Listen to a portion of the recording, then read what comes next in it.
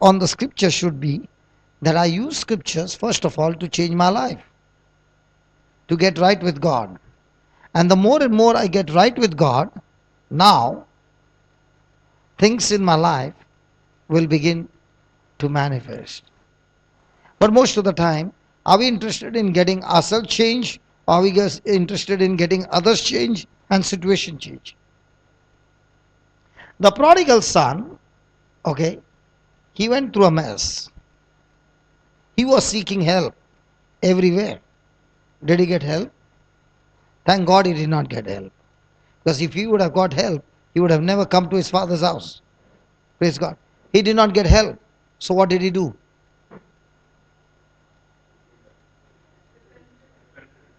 So unless a person repents, can that storm that is going on in his life ever stop?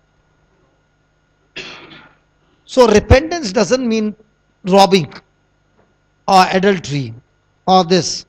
It means even that slight bitterness, even that slight unforgiveness, even that condemning. How many times do we judge others? For example, you walked in and you saw my colorful shirt. Today I'm in another shirt. Can you judge me? Condemn me? Look at my hairstyle? It's always different. Come on. So we always want to judge others. And the Bible says God has not given us authority to judge anybody. Do we fall into this sin? And as long as you are in this, now, is there a chance of repentance or is it a chance of condemnation and pointing finger? Because we always want to see people from our point of view. But do we know exactly what that person is going through? And that's why we quickly come into judgment. Hallelujah. So that's why he's saying, seek me with all your heart, and then you will find me. When you shall, say that, search and research. Now, are we searching? Are we doing some research to find God through His scriptures? And only when you are searching and researching and saying, God, I am poor in spirit, means what? You have given me so much, and yet I'm like a beggar, coming to your door and saying, I want to know you more and more. That's called poor in spirit. The person who is rich in spirit is saying, I don't need you. Lucifer was rich in spirit, and that's why he became Satan. He said, I'm self sufficient, I don't need God. I can rule over the heavens myself. So, most of the time, are we rich in spirit or poor in spirit? Hallelujah. So, the more and more poor in spirit you are, the more and more you are seeking God. You are seeking His ways. And now your expectations have changed. Your desires have changed. Hallelujah. Thank you, Jesus. Let's go to Psalms.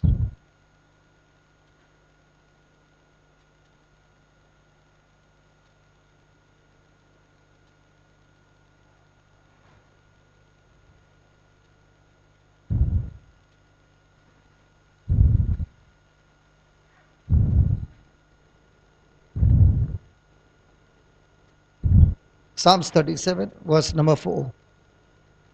How do we find God's plan? And we need to um, have, have the guts to believe in God's plan. Hallelujah. Read that. Delight. Delight in your spouse. Come on. All you ladies, where's your heart? Hello, all my sisters, loving sisters. Where's your whole life surrounded? Either it should be a spouse or the children. If any frequency changes over there, then everything is gone for a toss. Come on. Hey, come on. Brother, where is our wife's focus on?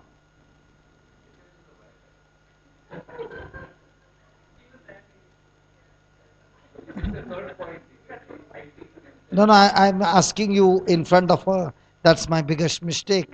Because after that you have to go home. You better answer the question right. Praise God. See, most of the time our delight is in what? And here he's saying, delight in the Lord, delight thyself also in the Lord, and he shall give you what? So what desires you will have? The godly desires or the ungodly desires? So can a person delight in the Lord and still have ungodly desires? Then he is actually not delighted in the Lord. The more and more you delight in the Lord, the more and more you have joy and peace. Because now my joy doesn't come the way my spouse treats me. My joy doesn't come the way my children treat me. My joy doesn't come the way the job gives me the salary. My joy doesn't come the way my friends are with me. My joy comes through my relationship with Jesus because He is my source. And until then, that happens, we are all the time going to seek for something in other direction. Hallelujah. Hallelujah. Isn't that beautiful that God gives you the desires of your heart? Hello? Now, those desires, He has only given it into your heart. They have not yet manifested. And if you have desires and they have not manifested, what's the use? The day you go into the grave, the desires went along with you, but they never got manifested. Hello? So, do you want desires to be manifested or just having desires and talking about your desires and they never come to pass? First he's saying he gives you the desires. Second, he says, how does he brings those desires to pass? Look at the next one. Tony, commit, commit, commit. So what's the key for us to actually experience God's intervention, God's presence, or God's fellowship in our life? The key is commitment. Whether thunder, lightning, anything, Lord, I am fixed on you. No matter what people say, what people treat me, or anything, I am fixed on you. My relation, is it possible that somebody was praying for somebody and praying really hard and that somebody died? And the person who was trusting God, believing that God will surely save his loved one, and the person died. Now, is it possible for that person never to look to God again? Can it be possible for a person to get so angry with God and say, I don't want to look at you anymore? Because the person begins to realize it's God who made the whole mess. And God is saying, I'm not the one who made the mess. It was the devil who came to steal, kill, and destroy. Hallelujah. Hallelujah. There are many a times the person has never been in the Lord. He has been living a bad life. And how many of us believe when you sow in the flesh, out of the flesh we will reap corruption, right? And when the corruption comes and when the battle begins, he has not prepared himself with the word. And now his loved one is trying to prepare him with a giant faith. Is it possible? Who is on the hot seat? The person who is sick or the person who is praying? The person who is sick. Praise God. Hallelujah. Are you following? And that's why God says, what is your commitment in your everyday life? Because your commitment is very, very important for all those desires that God has for you to come to pass. And when God gives you a desire, or God gives you a plan, or God gives you a project or a purpose in your life, remember, it will never ever be in your capacity and ability. It has to be beyond your reach.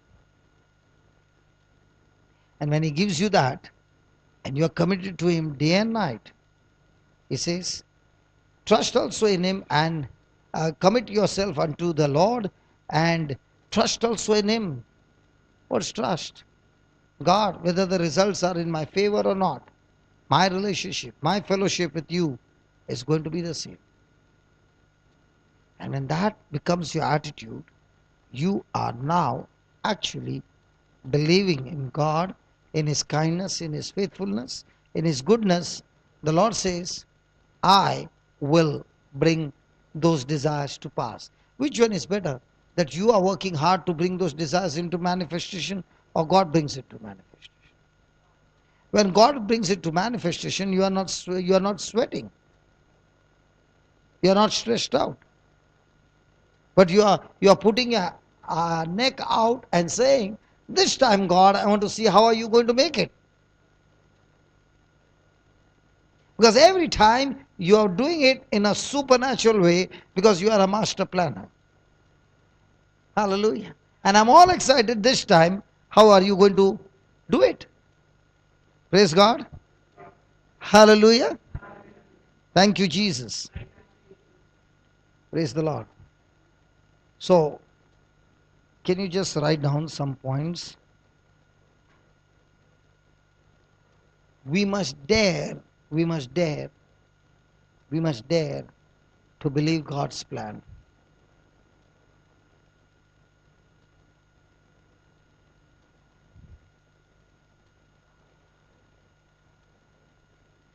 God has an adventurous, God has an adventurous,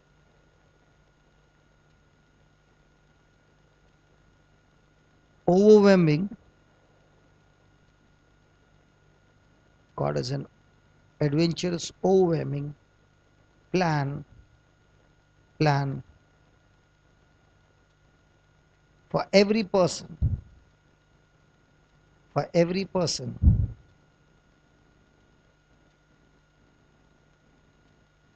ever born, ever born in the earth, ever born in the earth. To find that plan,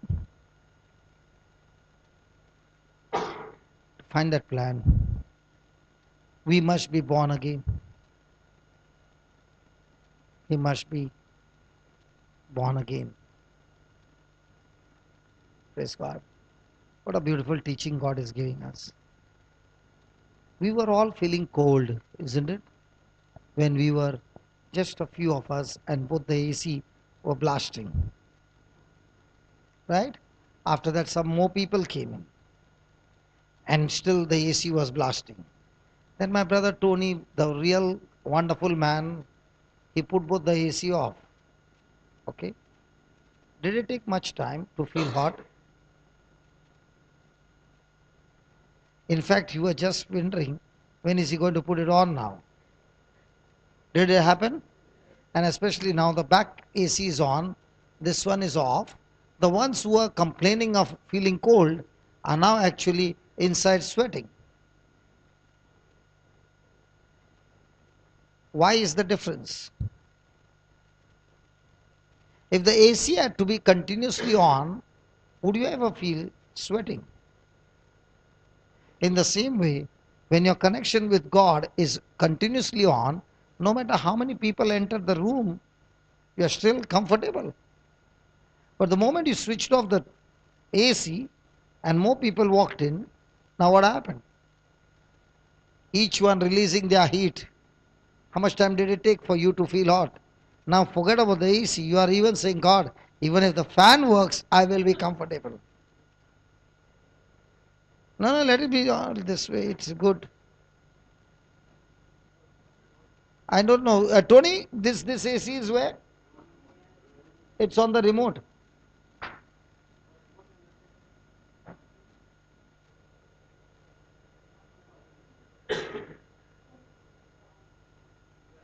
Uh, this is another thing. The switch says on, but the mind is full of, yeah, good. Tony the Great, good. Good, Tony, it works.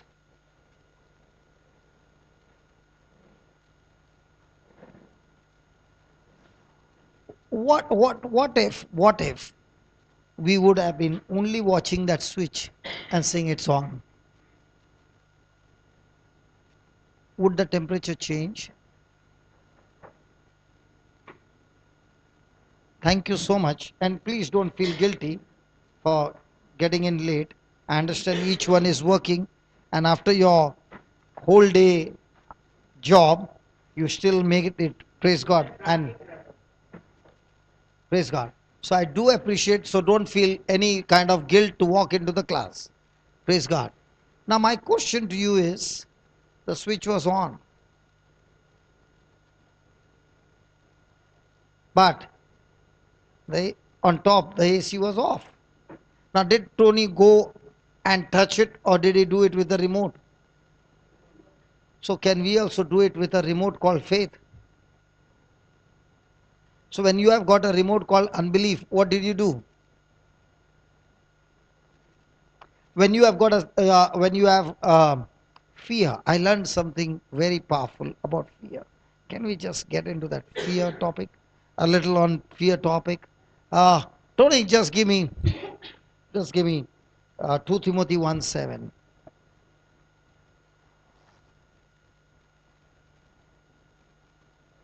I like that he shall bring it to pass. God will bring it to pass.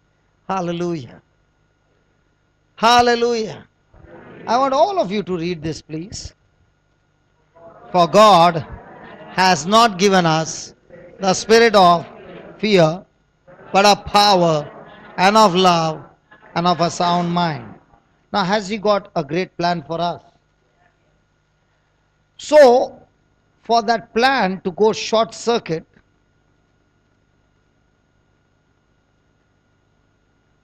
God has not given you the spirit of fear. Then who gave you?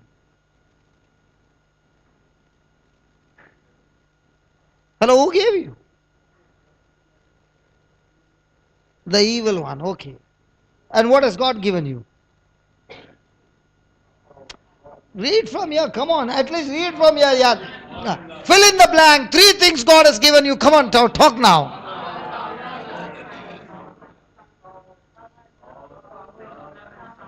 Now, what is the meaning of the word power? God has given me power. Means what? Authority, something more? Something more? Simple word. Power means to get result. Whenever you use power, it will bring result. When power used in the right way, it will produce result. Dynamite is powerful. When it is used in the right way, it can break rocks and help you to build roads. But the same dynamite can blow up the building and kill so many people. Right? So God has given us what? Power. So one thing is sure, that God has given us a force by which we can bring forth God kind of result in our life. But this result, which is godly, has been short circuited because there's a spirit of fear that blows up the fuse.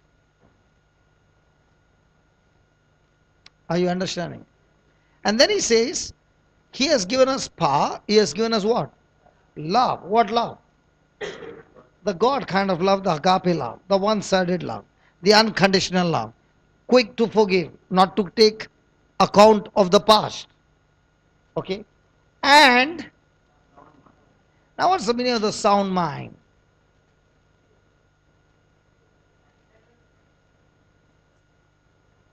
What's a sound mind?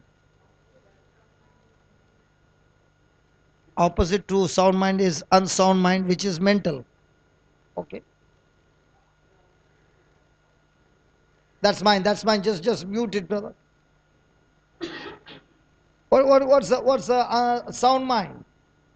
Have you ever seen a wife saying to a husband, "Today we are going to party. Be sober."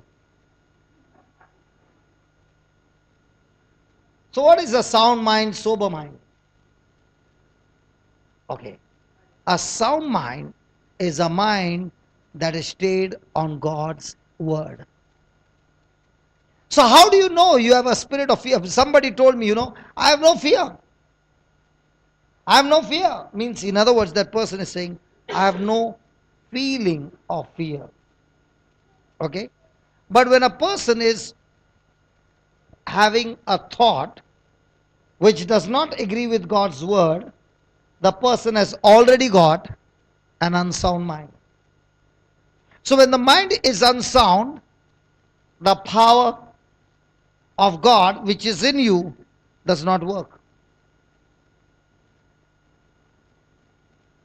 Let's take an illustration.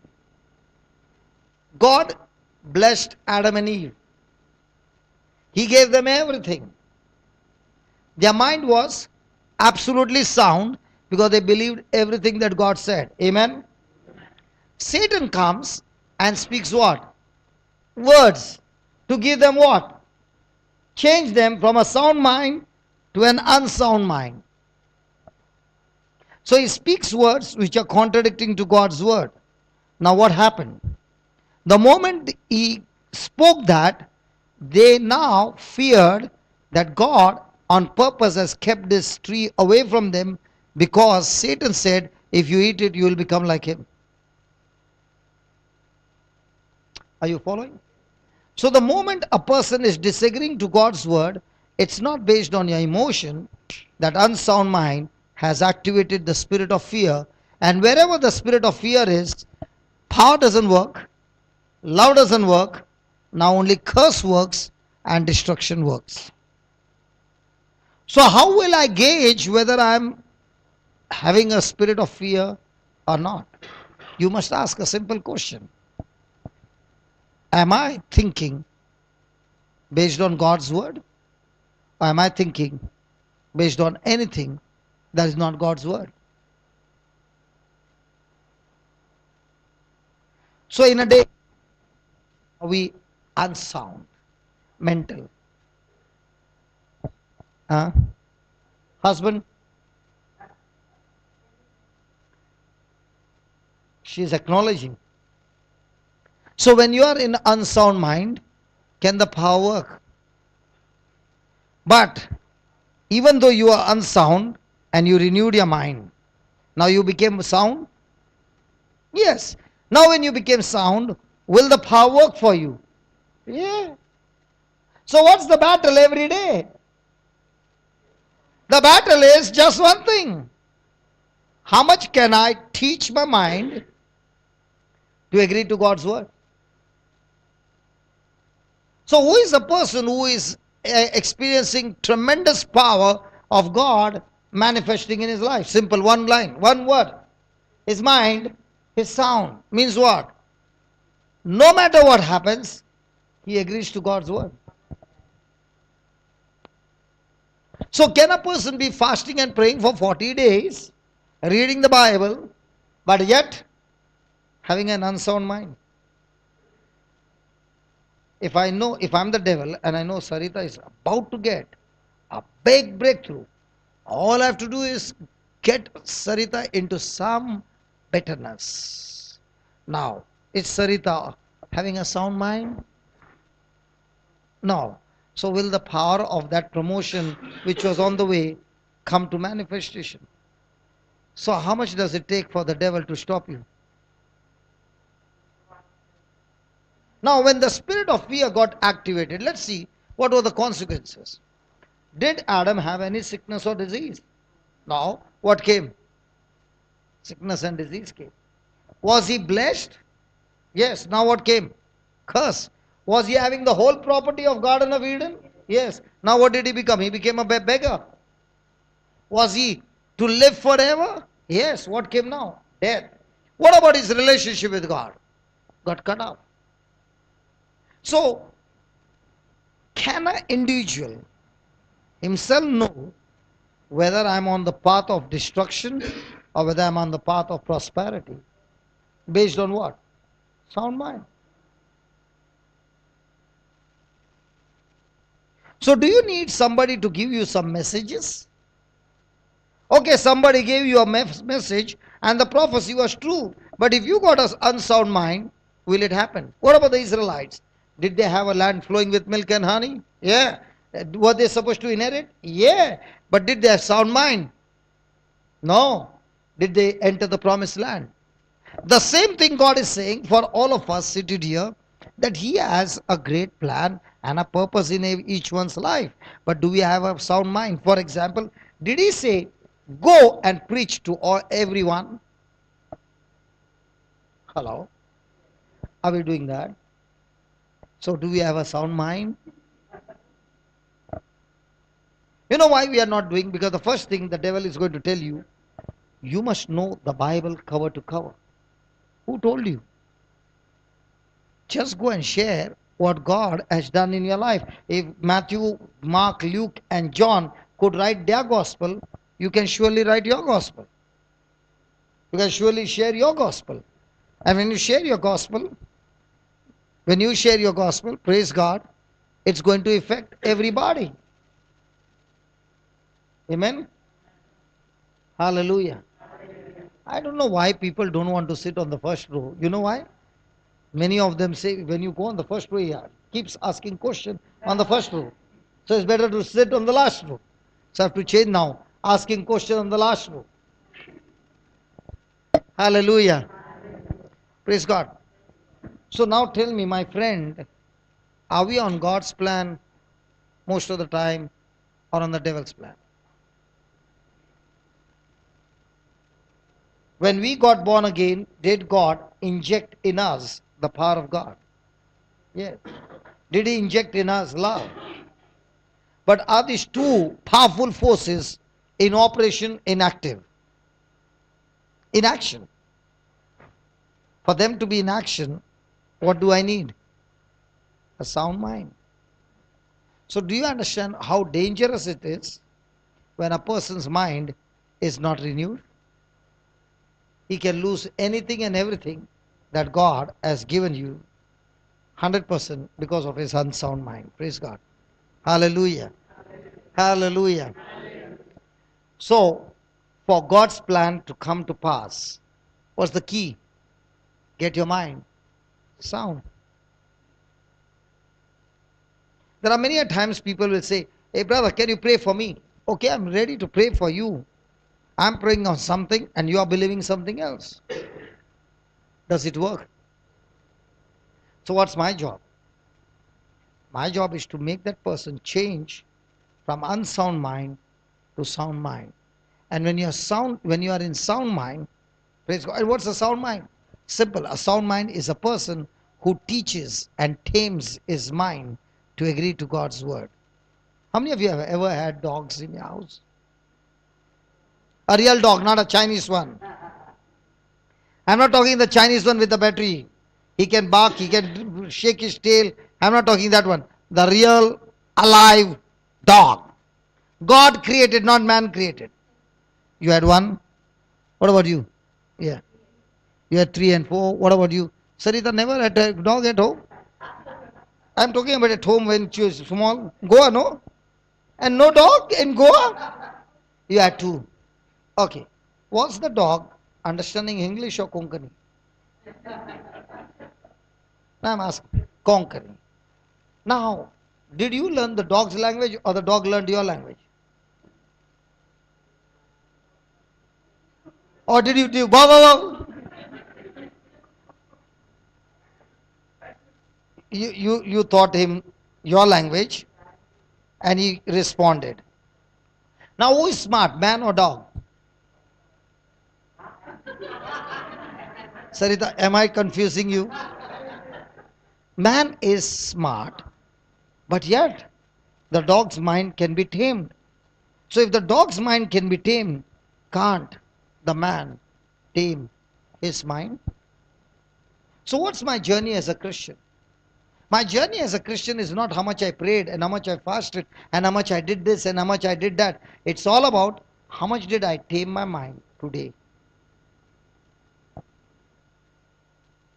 Because people think, I prayed and I went for this service and I went for that service and I wrote this sermon and all that. At the end, it's all about how much did it help you to tame your mind.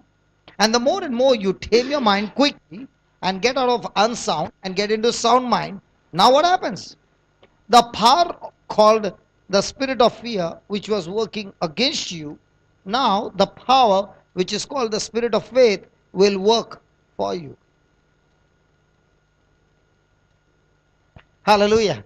So does God have great plans for us? Yeah, oh yeah. But will those plans come to pass? No, they won't come to pass until I practice to have a sound mind. And to have that sound mind, I have to feed my spirit every day with fresh food.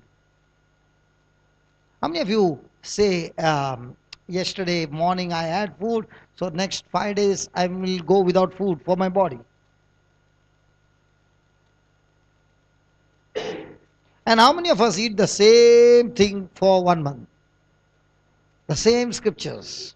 Early in the morning, taka, taka, taka, taka, taka. Come on. So do we need to feed our spirit every day? So the more and more we feed our spirit, what's happening? You are taming your mind. Hallelujah. Now, there are two things in this life which are powerful things. One is called what Jesus was teaching on the parable of the sower and the seed, that our whole life is governed by a seed. Hallelujah. He said the kingdom of God works as if a man should cast a seed into the ground. So there is something called as a seed, a word. Now the word can be contradicting to the word of God and activate the spirit of fear, and the word can be in line with the word of God and activate faith. So every word that I speak, I must question myself and ask a question: am I speaking the word of faith or the word of feelings, emotions, and senses? Praise God. Hallelujah. How many of you get into a trap of the devil? If I have to come and say, Sarita, I'm talking to you, okay? I know you can take all my words. Or are you sensitive? Sure. Sarita, how come your eyes are looking so dark, man? Okay, you went to the parlor, made a beautiful hair. And what have you done to your hair, man? Now, will it hurt you? So, now, are you having a sound mind? So, how many people come to communicate to us every day that can lead you into unsound mind? You know, many a times I hear people saying, today my life is messed up because of so and so, he did so and so many negative things in my life. I was walking on the path, everything was going on fine, and these people came and messed up my life. Come on. Is it right? But is that true? If that was true, then Jesus should have lost the match. Because Jesus was sinless, and all his life there was only negative things done against him, and on the cross was the ultimate, and yet he won the match. So the champion is teaching us, it is not what others do to you, but when others did to you, how did you react? What did you do with it? Decides sound mind, unsound mind. And if your mind is unsound, when somebody did something wrong to you, you are also in a trap. Now the power is not working, love is not working, and whatever is working for you will be destroyed by the spirit of fear. Isn't listen, have you heard in history there were battles fought with weak army compared to the opponent which was very strong, and yet the battle was won? Was it won based on strength, or was it won based on strategies? So the devil uses his strategies which we have been unaware of for years, and we have been following this strategy because the world follows these strategies. Right? The world says when somebody slaps you on one cheek, what do? Turn the other one. The world says, kill him. And if you can't do anything, at least go to the washroom and curse him. But what did Jesus say? Turn the other cheek. Why did Jesus say turn the other cheek?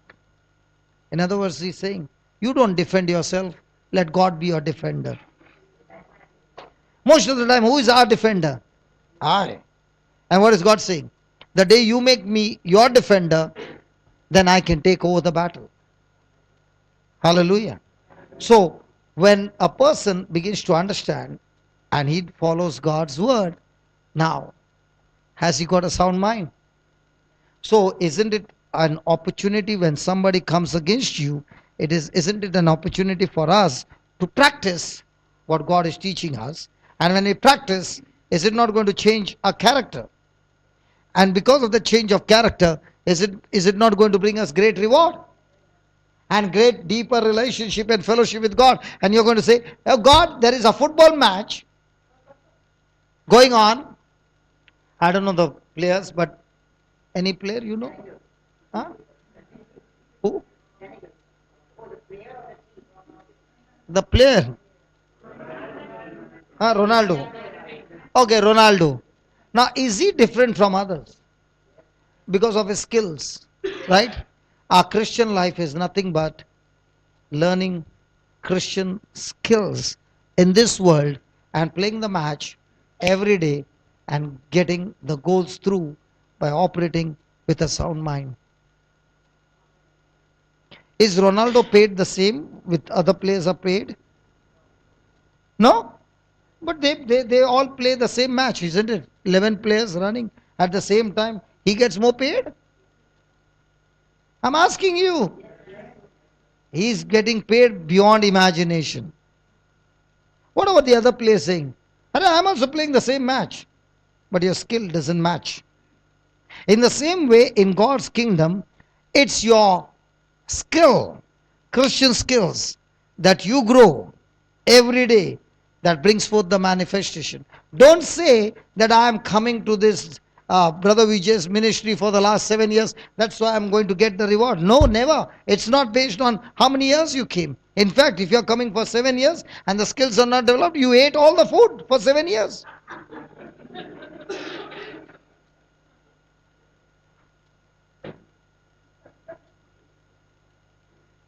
Hallelujah. It is a loss to the company. I hope Brother Vijay is not listening. Don't tell him. Don't tell him. Praise God. Hallelujah. Are you following? Is the Lord making us understand? Come on. So what's my battle? My battle is not outside. My battle is how much can I keep my mind sound? Now listen, sound mind, unsound mind, nobody can know. I can even smile at you. Hi sister. Inside, can I have still an unsound mind? And you might be saying, this brother is so good. Hello. So in between us, I deceived you. But in the spiritual, I lost the match.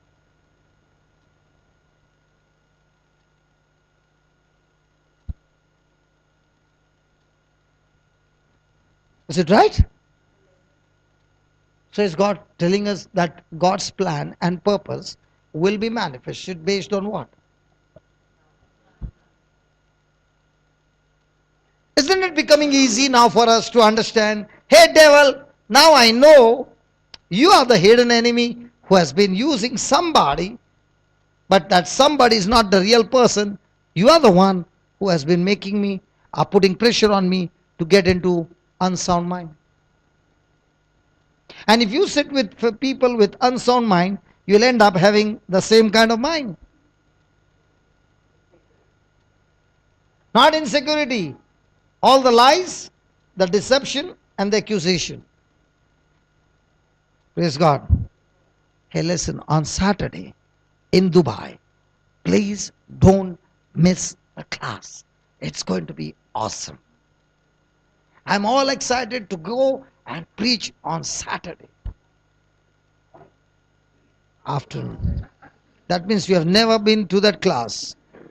Hallelujah. You see, sound mind. By what she said, I began to realize she has never been there. That's why she doesn't know. Hallelujah. So, the first thing is, the two important part is, the first one is the seed faith. The seed faith. So, what I am doing in my house, studying the scriptures, taming my mind, teaching my mind. Whenever the mind is going unsound, I'm saying, no, you're not supposed to do that. This is how it should be. Building up my confidence, speaking it out, the word, believing the unseen. Praise God. Put confidence. That seed faith has got power to bring forth tremendous manifestation in our life. Hallelujah. Hallelujah. And the second one is, when you plant the seed faith, is to know God. See, there are many of us planting the seed faith. Everyday life, we still have the unsound mind because we are following the voice of the stranger who always uses our five senses.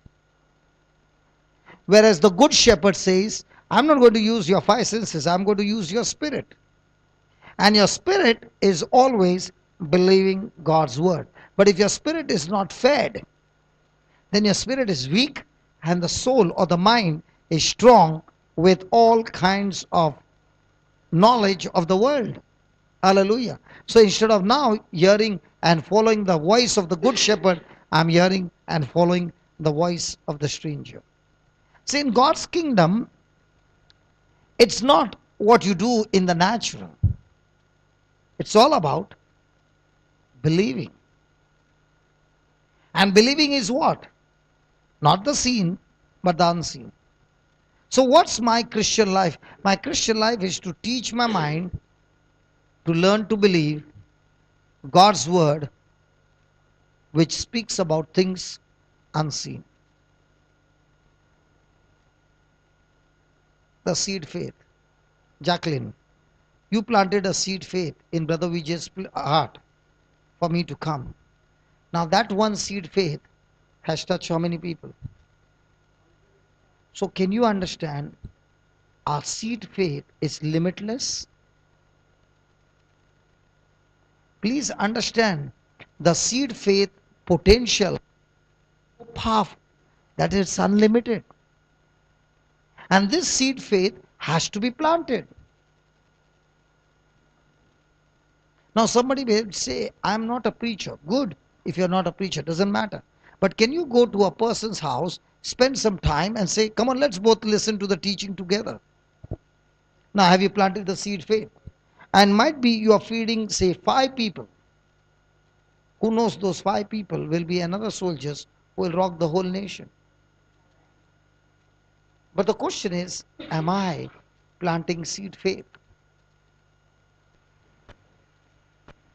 Do we have opportunities? The problem is, our opportunities is all about, what will I get in this, that I'm going to plant a seed faith? What I learned in my life in 21 years is, the more and more I went out to serve the kingdom of God, not looking at my benefits, I'll tell you, I was given the benefit more than I could even ask or imagine. So I did not seek the benefit. I began to seek the benefit in the kingdom, and I found that God had taken care of all my needs. Now, if I have to do the other way around, I'm seeking for the benefit, I'm struggling all my life, because you are on a wrong system. Every day you must ask yourself, whom did I feed today a seed of faith?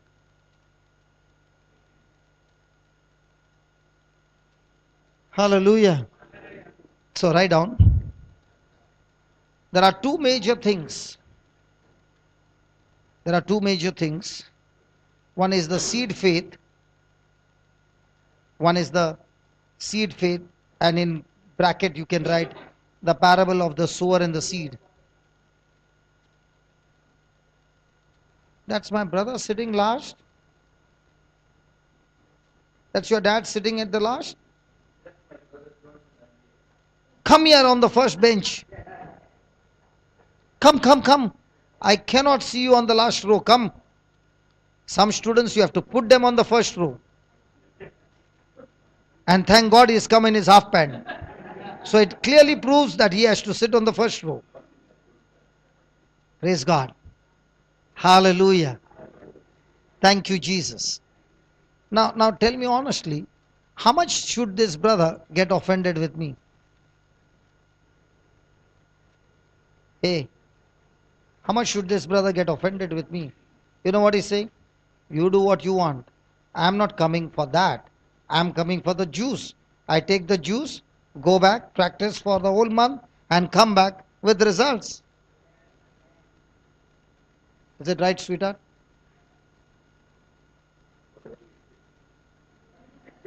So you're not ready to agree? So it should be whatever I say? So you agree with it? Praise God. Hallelujah. How many times it has happened that some people get offended and the very place where God had planned them to grow, the pressure came and they were not ready to have a sound mind. They moved out of that place and they left what God had planned for them. Because man's nature is, God, I've come to you, make me comfortable. And God's plan is, I'm going to use you to make others comfortable and see to it that you are uncomfortable to make others comfortable. You mean to say if I come to God, He's going to make me uncomfortable? Surely. Let me give an example. All you beautiful mothers, you got children? How beautiful life was before you got married. After you got married, you said, God, give me a child. The child came and the child is crying throughout the night. Tra, tra, tra, tra, tra. Are you throwing the child out? Are you uncomfortable? Come on. But are you making the baby comfortable? Why? Mothers, why? Come on, I'll give the reason why. When the child will grow, the child will look after you. Hey, hey, hey, hey, hey. Not at all. Then what is the reason? Love. So when you are in love with God, the proof is you are always in love with everybody. Because He said, love your neighbor. So when you love God, you are following His instructions. So how do you know somebody's fellowship with God is extremely strong? When he's able to love a person who is coming against him. That means his relationship with God is extremely, extremely strong. And that love that he is giving to another person is not his own. It is the love of God that he is receiving and distributing to the other person. And that's when God's plan and purpose is opened up. Otherwise, it's all going to be hidden and blocked. Hallelujah. Can you imagine each one of us having a potential that is beyond our imagination? And because of our selfish focus, that potential never comes out. Praise God. And the day you die, you have not only died with the potential inside, you have destroyed the future of so many people. Now, if I had to think 33 age, when I had planned to give up my life and I had to die, how many people's future I would have messed up? So you imagine young girls, young boys committing suicide. You sometimes begin to wonder, what was that potential that was there in them and it went untouched, unused for the next generation. And that's what God wants to say. The seed faith that He has put in us is beyond imagination. Hallelujah. I was talking about a person named Kevin in Ireland with tattoos. He receives the Lord, gets born again 1 minute, And then he starts laying hands, and people are getting healed, including a lady with a blind eye. Now, this boy who was in drugs gets on fire, and I began to ask, what is the follow up? They are saying he's getting more and more deeper in the word, and this time, brother, we are going to get the whole gang. One seed. So, are we all having this same kind of anointing in us? But is our mind sound about the kingdom of God or my own kingdom?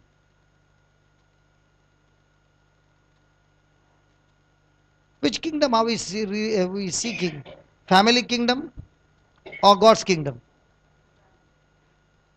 And I tell you, the more you seek God's kingdom, your family kingdom will flourish. I'm here standing before you as an evidence. Amazing. It doesn't mean that there are no troubles. For us, the troubles are much higher than yours. Because if the devil knows that by coming here and I'm going to share the secrets, is he going to spare me? No. But learning the techniques, you are able to dodge and still make it. And God is able to do amazing. Amen. So write down. First one is the seed faith. Second one is knowing, knowing and following, and following the voice of the Lord. Knowing and following the voice of the Lord.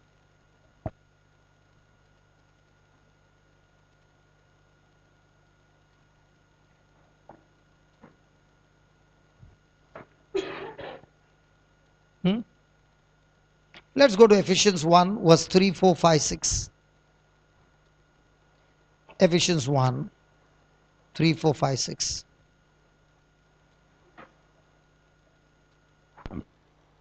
Blessed be God and Father of our Lord Jesus Christ, who has blessed us with all spiritual blessings in heavenly places in Christ Jesus. So are we believing we are already blessed? Then are we praying to God, bless me?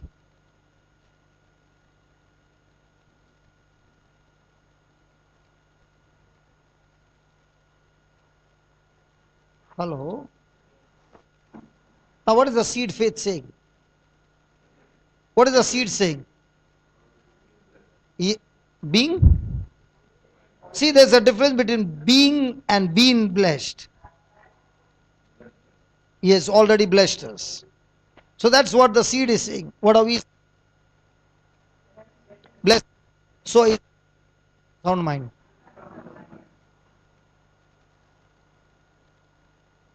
Now, did he say blessed you in all things or some things? Things or physical things? Which one is more powerful? So can those spiritual things bring forth manifestation? Praise God. And he has blessed us where? In Christ Jesus. As Christ. So where's the blessing? So where are the spiritual blessings? Where are you looking? Where are you looking?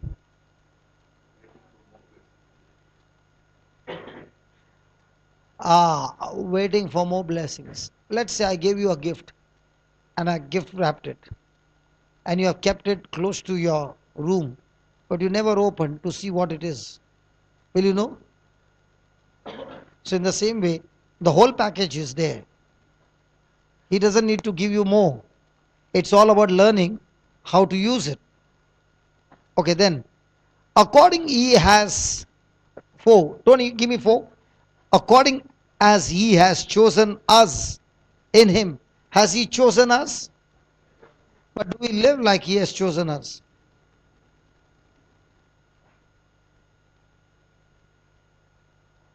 And when has he chosen us? Before the foundation of the world, that we should be what?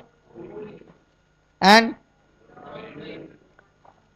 so what is God plan and purpose?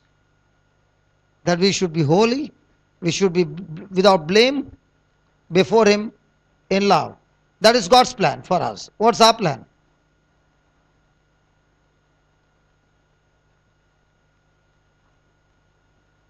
Hello, what's our plan?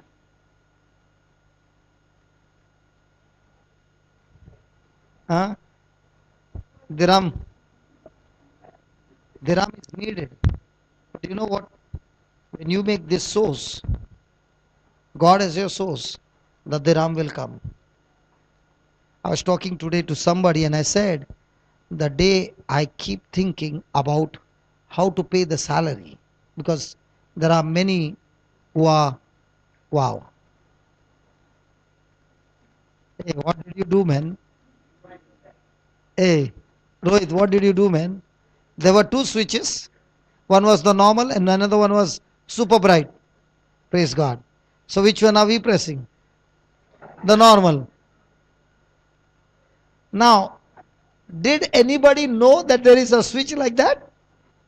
So the next time the light is dim, what will we do? We'll go for the switch and say, I'm not settling for this. I'm not settling for this because the light is much, much brighter than this. Agreed? In the same way, God is saying, listen, His intention, His desire is that we be holy without blame. Now, if that is God's desire and He wants us to be there, that means, is it possible? Because it is possible, His desire is there to take us there. Hallelujah. And to be living in love. So most of the time our focus is that, or our focus is something else. So to be holy, what's the meaning of the word be holy?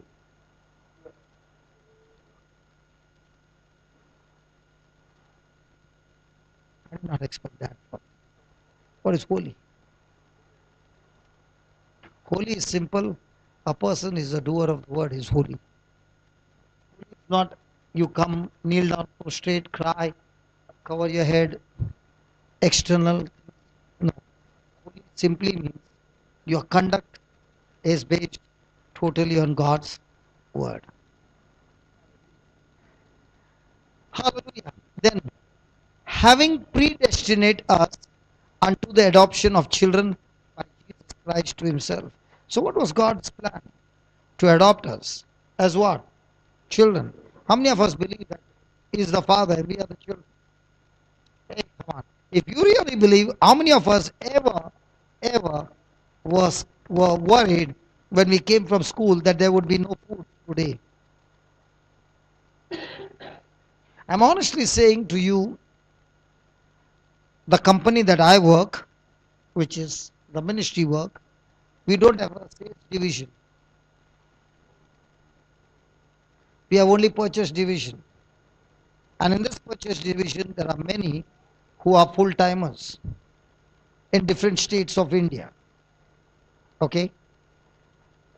And these people are on salary. And some of them, their salaries are 30 and 20,000. Now, if I total up, and I total up the boys in the rehab and all these things, I need lakhs of rupees every month. Okay? And if I'm going to focus on from where the money will come, I will go into depression. So what's my focus? God, you are the source. You are going to do it. How you are going to do it? I don't know. But I'm going to trust you and I'm going to give my best everywhere I go, absolutely free. And that's why I always have a fight with my brother Vijay, but don't tell him. He always wants to finish it up by one.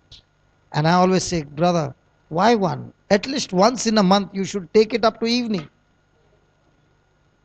Can we pray?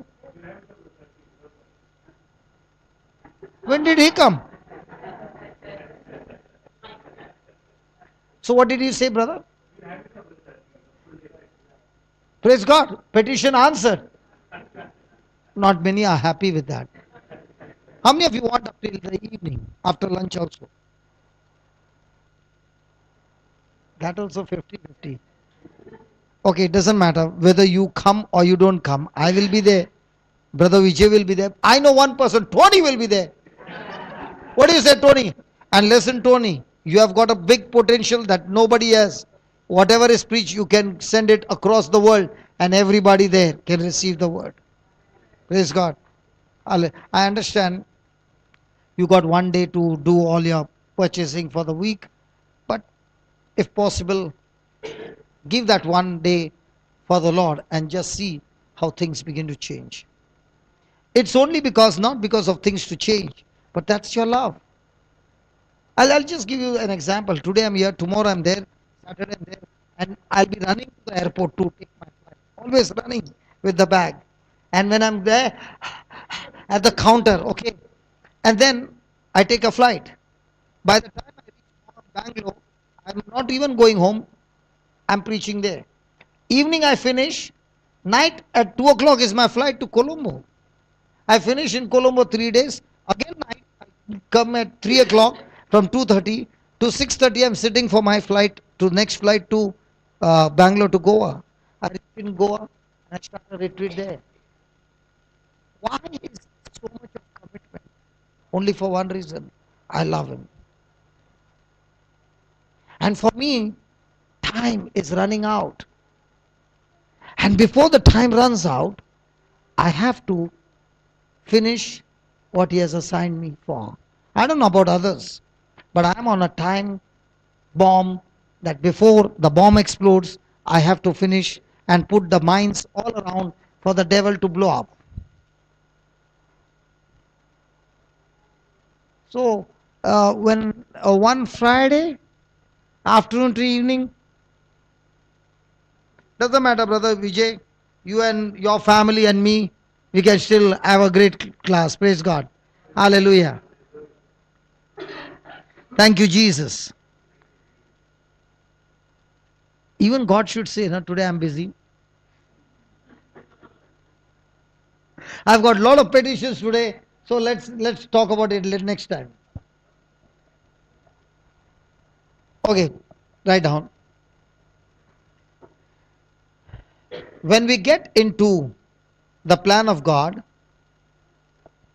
when we get into the plan of God,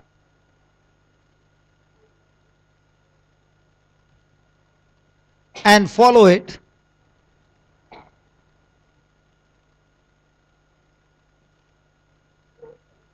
you are on the road. You are on the road God has set for you. You are on the road God has set for you. God's grace is there. God's grace is there to give you the victory.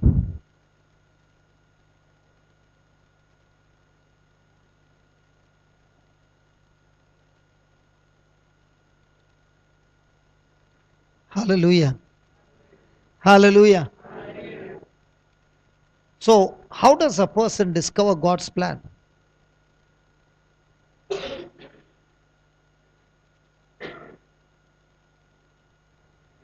Hello, how does a person discover God's plan? Uh, that's all. What I found is, how I've discovered God's plan is to use God's tools to solve other people's problem.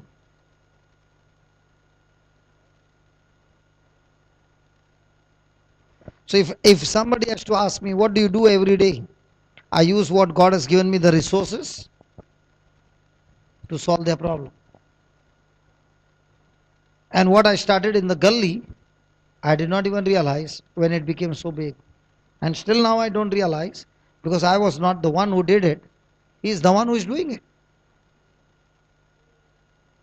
Even this UK, I wanted to go from many years. And I used to always say, come on, go and somebody adopt me. But nobody came, brother. Not one came to adopt me. You know for what? So that I could get a Portuguese passport. Praise God. Doesn't matter. And I was waiting for the visa. And I was waiting for the visa.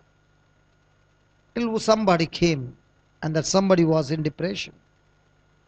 And she listened to the word. And her problem got solved. And she got behind me and she said, you don't have to do anything. You have to only give me your passport. That's all. I'll do the rest. And that's exactly what she did. And she is the one who went and brought the passport also and gave it to me.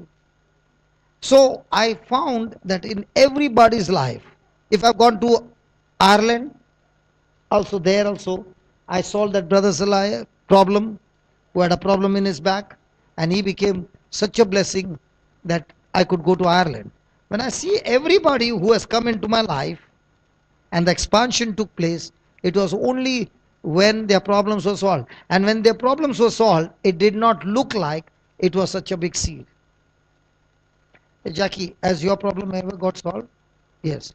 Now, did I ever think that you could open the door for me to in Sharjah?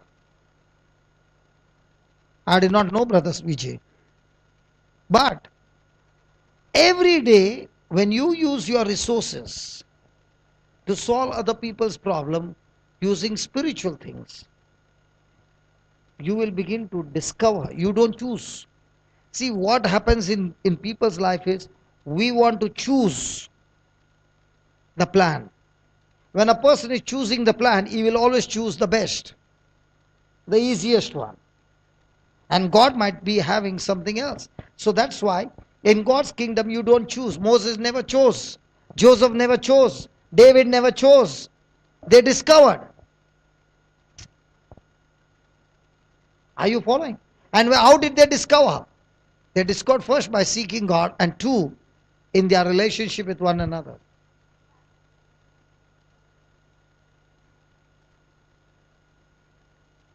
Hallelujah. So when you discover God's plan, then one thing be sure, that God has made the match fixing for you.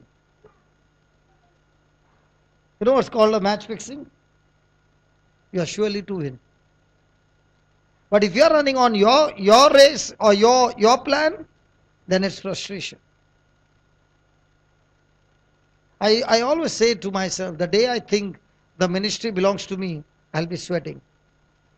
As long as I'm thinking and believing that He is the source, He runs the show, He provides the resources, we run. The day He says, okay, I'm not going to send you any more resources, the shutter goes down. Anyway, the company is not mine. Are you working? Okay. Are you under the stress or the bosses? You are getting your salary. Your stress will be limited. But what about him? He has to see the whole thing. Are you understanding? So when you hand over the source to the right person that he is, you are stress free.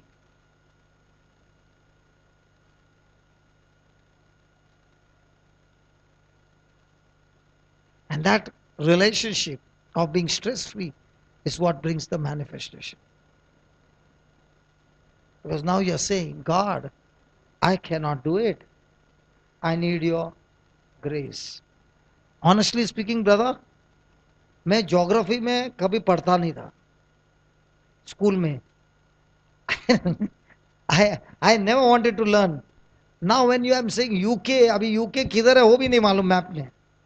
और मैं UK में कौन सा city है. Sorry, some people are saying you speak in Hindi, then we miss up. Okay, I don't know where is this London on the map or UK, and I don't even know the cities where they are. I know nothing. But what am I saying? God, you are going to take me there, right? Now, did I know the people there? No. But is the schedule already fixed? Yes. So I told my brother Amal, these are the dates, and let's pray, and God will fix it up. How? I don't know, but it's going to be fixed. Praise God. And it got fixed. Hallelujah. Did that distract you, brother? I said, did that distract you? Why? So there are no more sounds running in your head? Don't scratch your head, I'm asking you. There are bigger sounds which nobody hears, but you can hear. Is it right? So can that sound which you hear in your mind or in your brain take you from sound mind to unsound mind? Is there anybody who can hear sound without other people hearing the sound? Who was that? Tony? I can understand, Tony. We all can. And that's why the Lord says, my sheep, they hear my sound, not the sound of the stranger. Don't make it mute. Keep it on. Let somebody ring again. देखना है कितने लोग का sir घूमता है. Hallelujah. Hallelujah. That's the real challenge. Even if there is a call coming and somebody is talking, God, can I still focus on you? Praise God. Hallelujah. So when you get into the plan of God and follow it, you are on the road God has set for you. So when I am running on a race that God has set for me, is victory guaranteed? And is victory guaranteed on my strength or God's strength? Hallelujah. So open to Hebrews chapter 11 verse 6.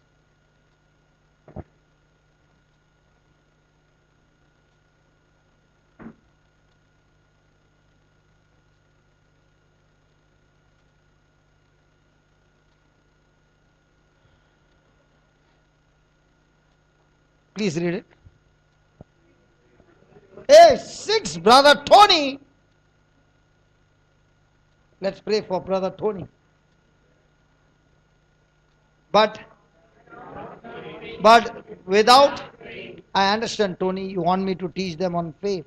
That's why you're purposely putting that scripture. But without faith,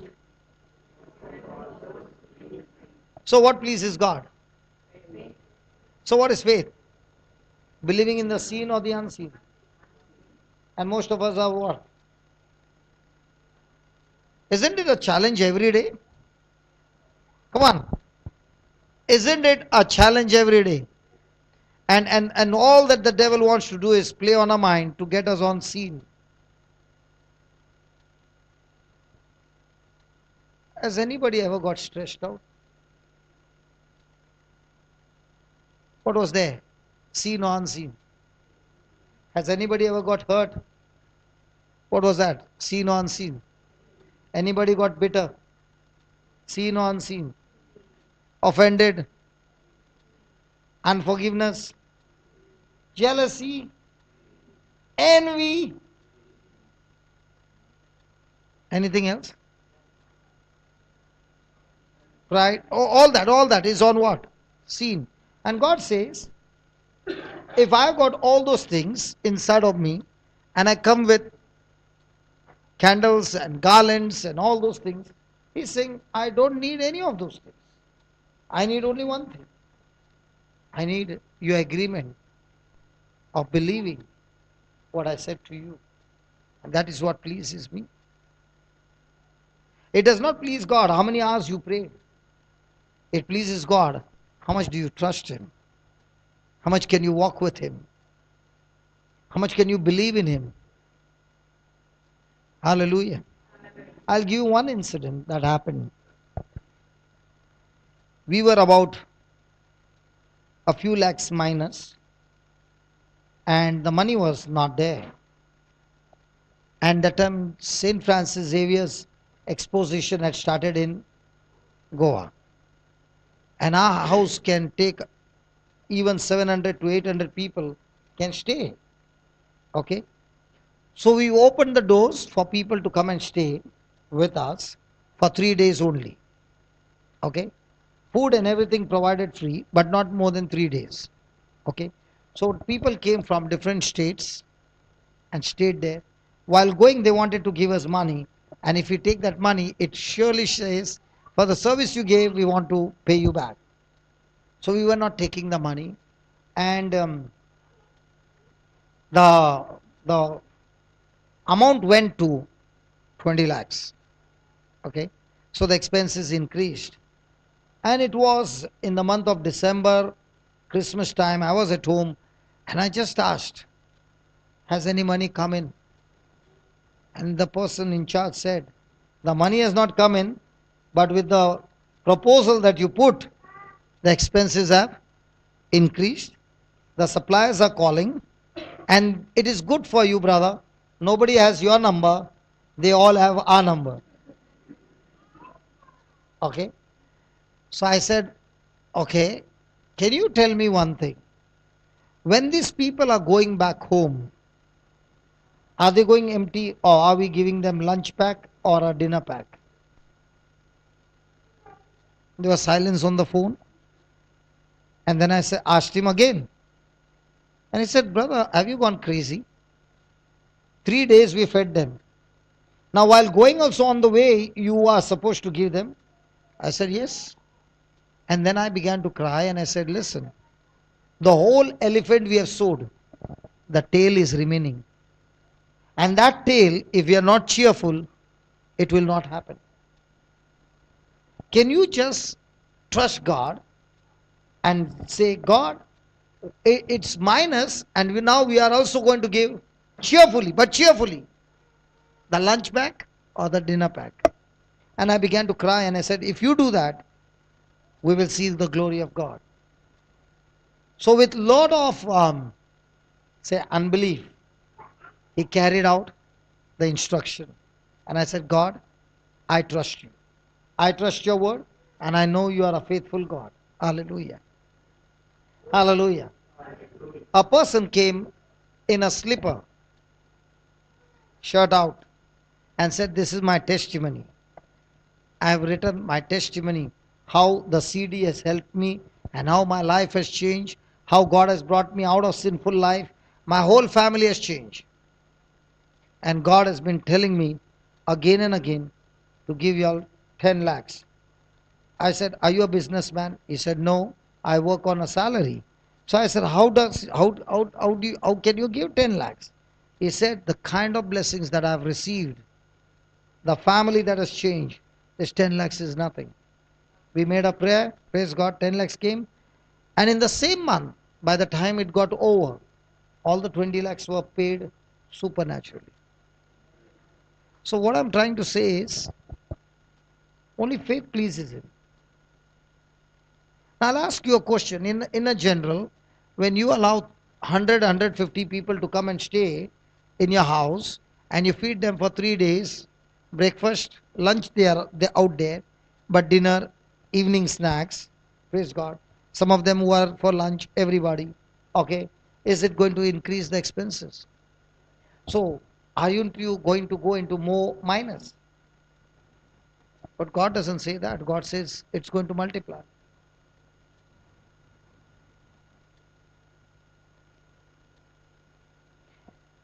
From that day till today, the, the bank always has a small balance. It's never too big, small, praise God, but it's never been on a minus.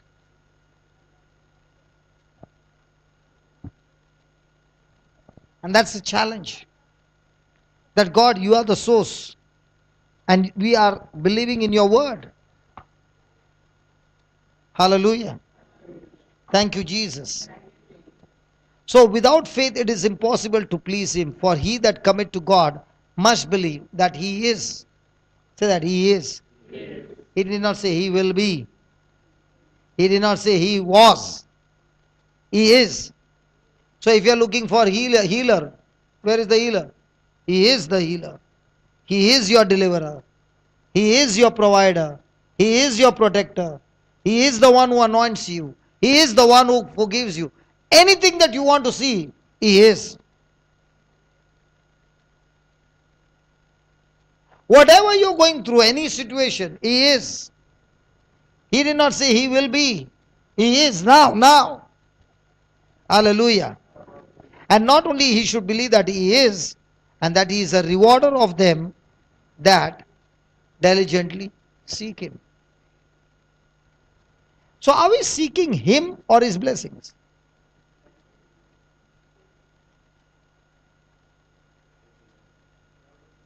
When we are seeking him, we have got extreme peace.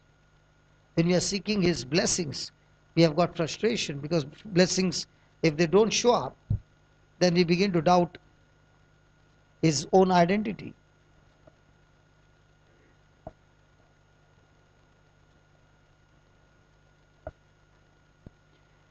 Hallelujah. So what did we write? God's When you get into the plan of God and follow it, you are on the road God has set for you. God's grace is there. So, what is grace? Again, a quick revision. What is grace? See, if you miss the definition, you will. Yeah, grace is God's willingness to use His power, His ability on my behalf, even though I don't deserve it. So, when I am believing that He is the source, now I am also believing that He is willing to use His power. He is willing to give His faith. He is willing to give His love.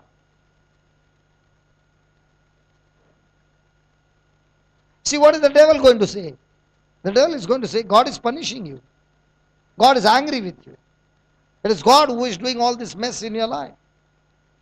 Whereas God says, listen, when you have a sound mind, means what? You are agreeing with my word. You are stepping out in faith. My grace will empower you to believe and to see to it that it brings victory. Hallelujah. Hallelujah. I'm not going into detail, but we know the story about King Joseph. Were there three kings coming against him? Yes. In the natural, as a human being, what should be there? Fear of death. When he got the word, a seed, that the battle belongs to God and God will fight the battle, what did he do with that seed? He planted it by faith. What was his next step? To speak to the people how great God is, not how strong the army is. Now, was the army stronger than King Joseph's army? The enemy's army? Extremely strong. Was King Joseph's army a match to them? No. But what did God give him a strategy? Three things. Take your position, stand still, and see with your eyes of faith how God will deliver you. Take your position, Martha or Mary? Mary. Most of the time we are what? Who are the Marthas? Marthas are those who can be in the church and still keep looking at their situation. You might not be working somewhere, you might be sitting there in a class, but your focus is not looking to Jesus. What about Mary? She was not looking at anything but looking to Jesus. First, stand still means what? Whatever he has said, I am stuck to it. 3, see the deliverance. So before the battle could be won, King Joseph was seeing how God would supernaturally intervene in his life. So he believed. Now what was the strategy? The strategy was to call the choir and make them play music and praise of God before the army. How many of us who love music and in the choir would like to go before the army when the enemy is charging on the other side? Why were the people singing so loudly? Because for them, the battle was already won. Why? Because God promised them that He would fight the battle. So was their strategy on human thinking or God's word? If God said He is going to fight the battle, before the choir was who? Before the army was the choir. Before the choir was who? The enemy, whom they could see. But who was in between the enemy and the choir? God. So they knew one thing, they can't bypass God and touch us. Isn't that called faith? And was God pleased with their faith? Did it bring the breakthrough? So in our life also, it's all about looking through eyes of faith. Hallelujah. So write down, is it interesting? Okay, good. The devil will attack us. The devil will attack us whether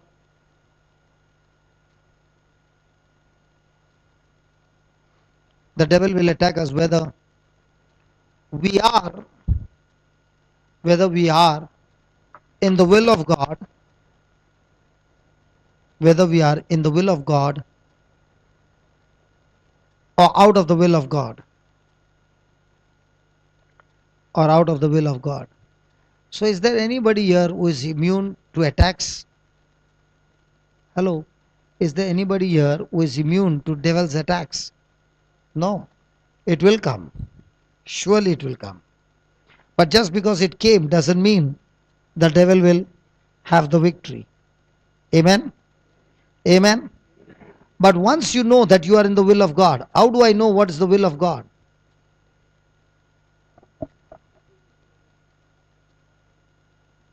What is the will of God? Whatever He has promised in His word is the will of God. So once we are following His instructions, no matter how many hits you get, you'll still at the end have the victory. You can take different people's life. Joseph's life. Was he still following God's instructions? Did he get hits after hits? For following the instruction, did he get any promotion? No. He only got things getting worse and worse and worse. Did he quit? But when God raised him, when God raised him, did he raise him on a particular level or beyond his capacity? What about Job? Did he go through suffering? Now, in his suffering, did the wife say, curse God and die? Did his friends accuse him? But did he curse God? Was his relationship the same? Now, did God bless him double? We can look at any person in the Bible. You will find this. This is the truth. So when you know and you know that you are walking in God's instructions, your seasons will change. There are many who will say, brother, for years I've been in a mess. I've been in a mess. Nothing good is happening. My season has not yet changed. Seasons, God doesn't change, your faith changes. God's plan is for your season to change. But God's plan, even though it is God's plan for the season to change in your favor, it cannot change until I agree with God. Because my disagreement brings unsound mind. The unsound mind activates the spirit of fear. It stops God from moving on our behalf.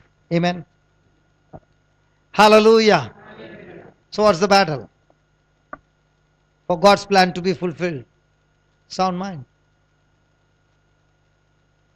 Whether my mind is sound or not, can my neighbor know? Can my spouse know? Can my children know? Nobody knows, but we know. So is it necessary to have a extreme continuous check on the mind? Because once it gets triggered to go on the other side, and if it is not captivated, now it will start gaining force and it will get stronger and stronger on the other side. Amen. Hallelujah. We should ask God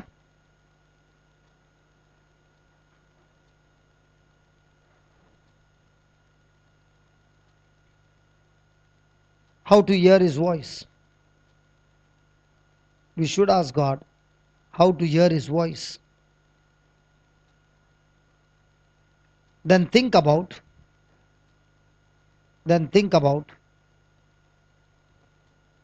and speak His word. Then think about and speak His word over ourselves. And speak His word over ourselves. Praise God. What is Joel 3:10 saying? Come on, somebody. Joel 3:10, what does it say? Let the weak say. Ah. So let the So, what are we saying? Let the weak say I am, and what are we saying? See, I'll give you an example. Uh, Years back, I've lifted three guys, two on my shoulder and one in my arm, and walked 10 steps, and the weight would have been nothing less than 180 kg. Okay? And I did not realize that my navel, it tore. Okay? Yeah. So it was about 12, 14 years back, and it never troubled me. But what was a small cut, it began to grow.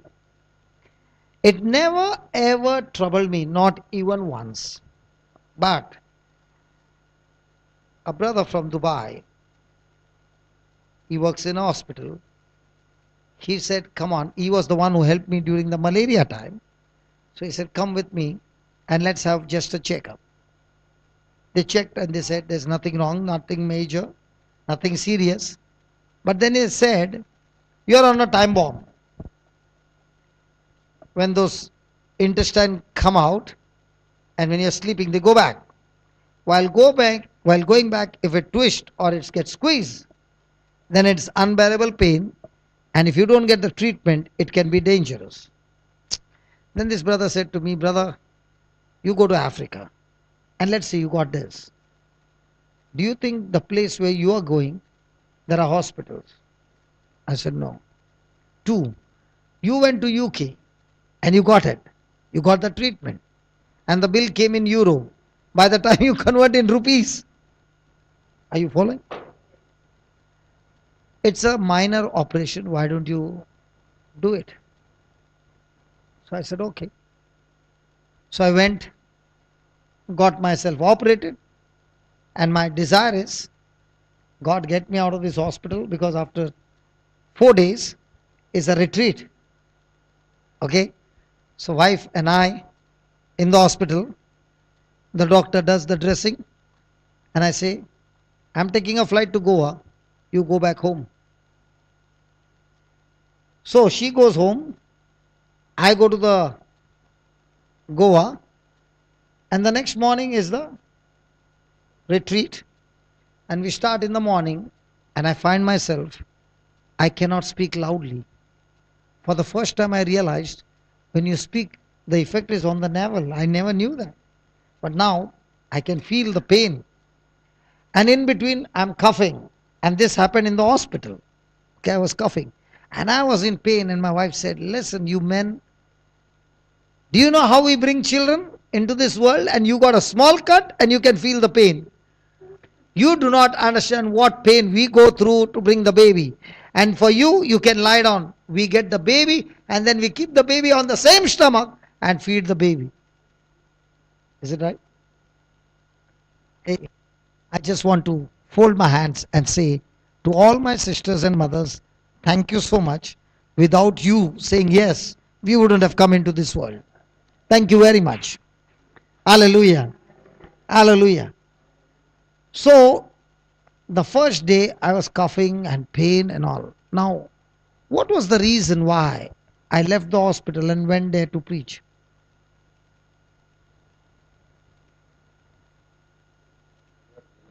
Because my salary would not have got, they would cut my salary.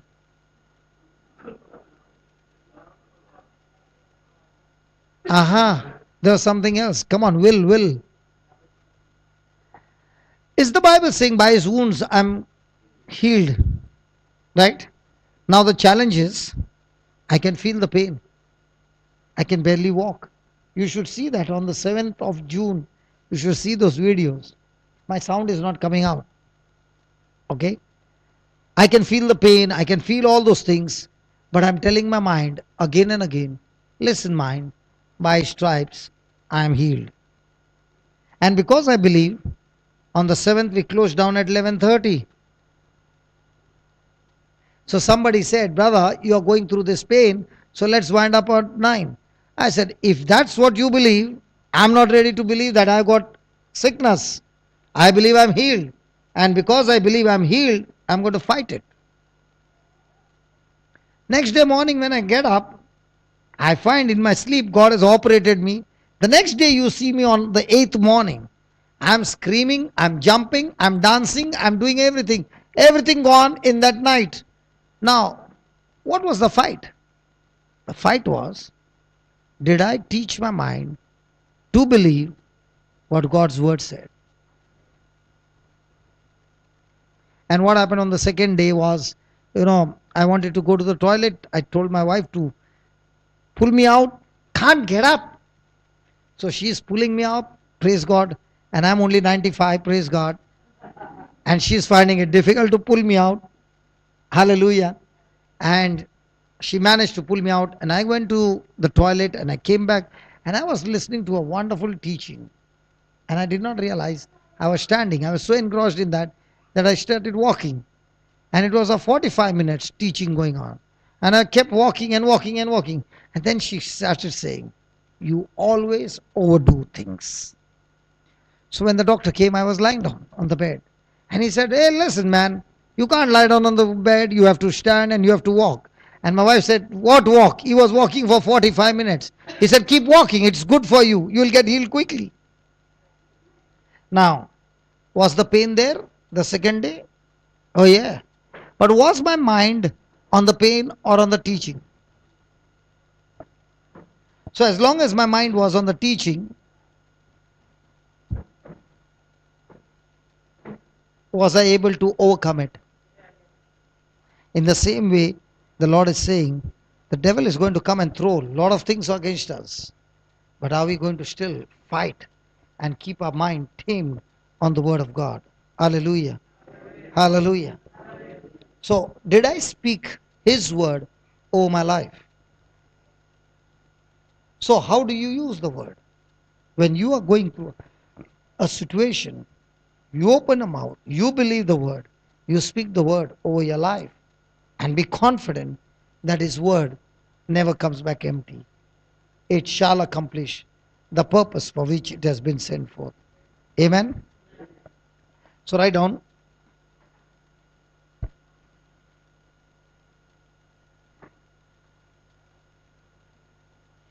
my sheep hear my voice,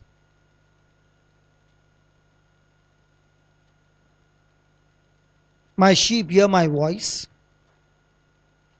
and I know them. My sheep hear my voice, and I know them, and they follow me. And they follow me. So is God going to make you follow?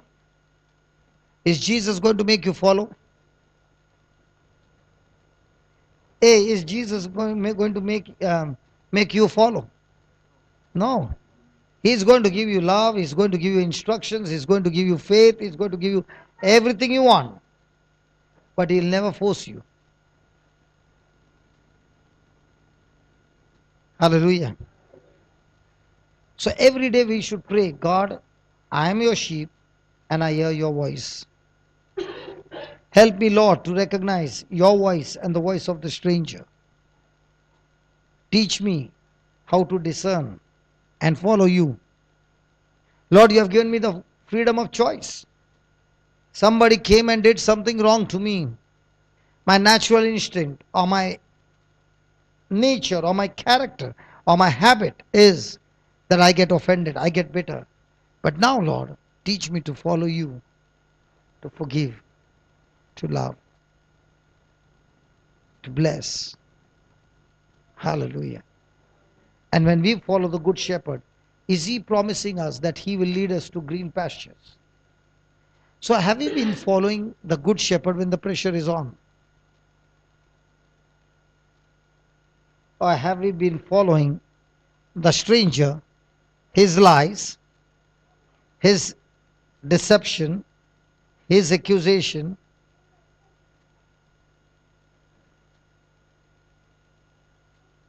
Whose voice are we following? Because our understanding is, when I follow Jesus, you are supposed to make me comfortable. Come on. But if you read the Bible, all those heroes in the Bible, Their real potential was opened up when they went through all that pressure. Did Moses ever think that he would be a deliverer? He ran away from Egypt, man, out of fear. But God was teaching him for 40 years and he did not even know. God was training him how to survive in the desert. So if you're going through some desert experience, rejoice and start saying, God, I'm not going to get frustrated. I'm not going to get offended in this, but I'm all excited after the desert experience is over, how powerfully you're going to use me in your kingdom that's going to bring blessings to so many people. As I told you 2 years back when I went into depression, I was sharing with you when everything went crazy in my life. But when all things were over, he showed me to depend on him, not on any person. And he showed me a timeline. And in this timeline, he said, many will come and have a journey with you. Your mom and dad were in that timeline. But when the time came, they got down. They left you. So people are supposed to come and leave you. But in that timeline, you see to it that you are stuck with me. And when I got stuck to him in these last 2 years, I've seen amazing things happening all over. Has anybody ever seen the videos of Ireland? We have even made small clippings of healings and miracles that took place in Ireland. There are more than 80 to 100 videos. When you watch that, it looks like the book of Acts.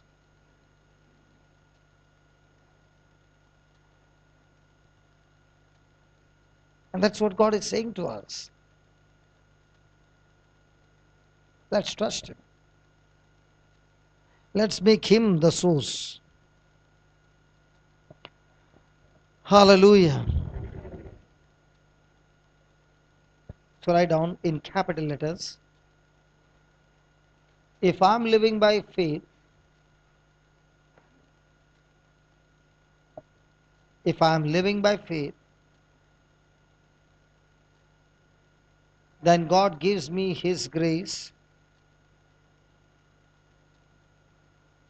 Then God not gives me, has given me the grace. Then God has given me the grace for all situations.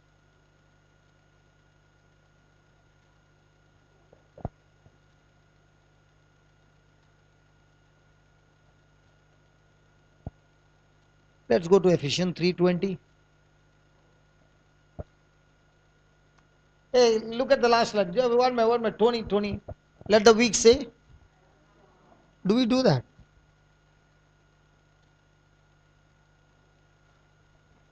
Or do we do that? Let the ones who are jobless say what?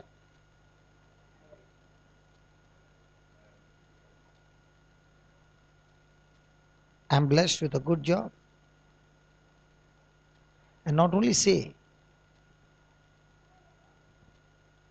believe also is like you come to a point where your confidence is so strong that now nothing hinders you.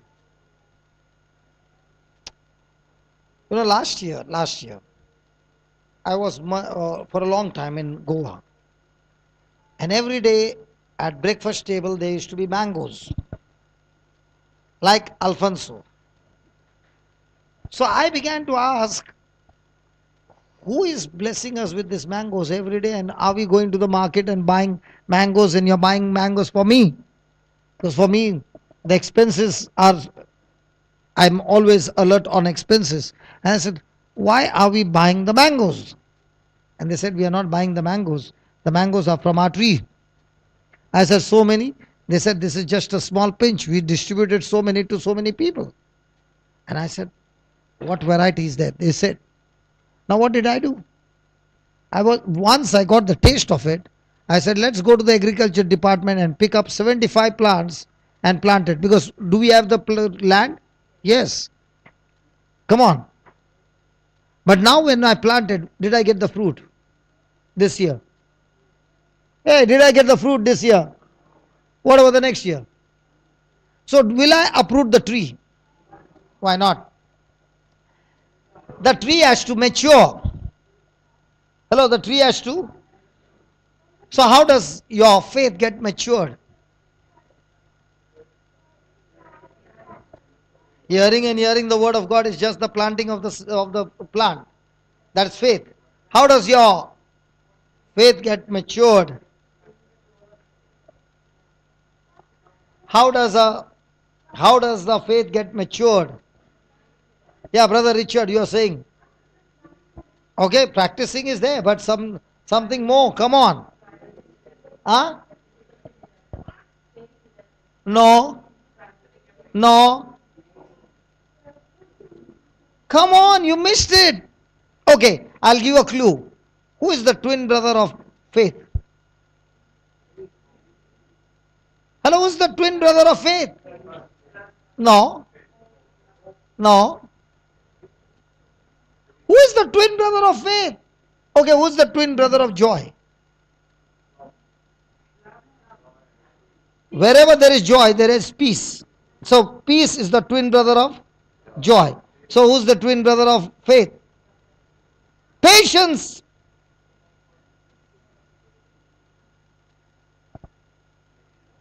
So how do you know you are a matured Christian? Patient. Was Jesus patient on the cross?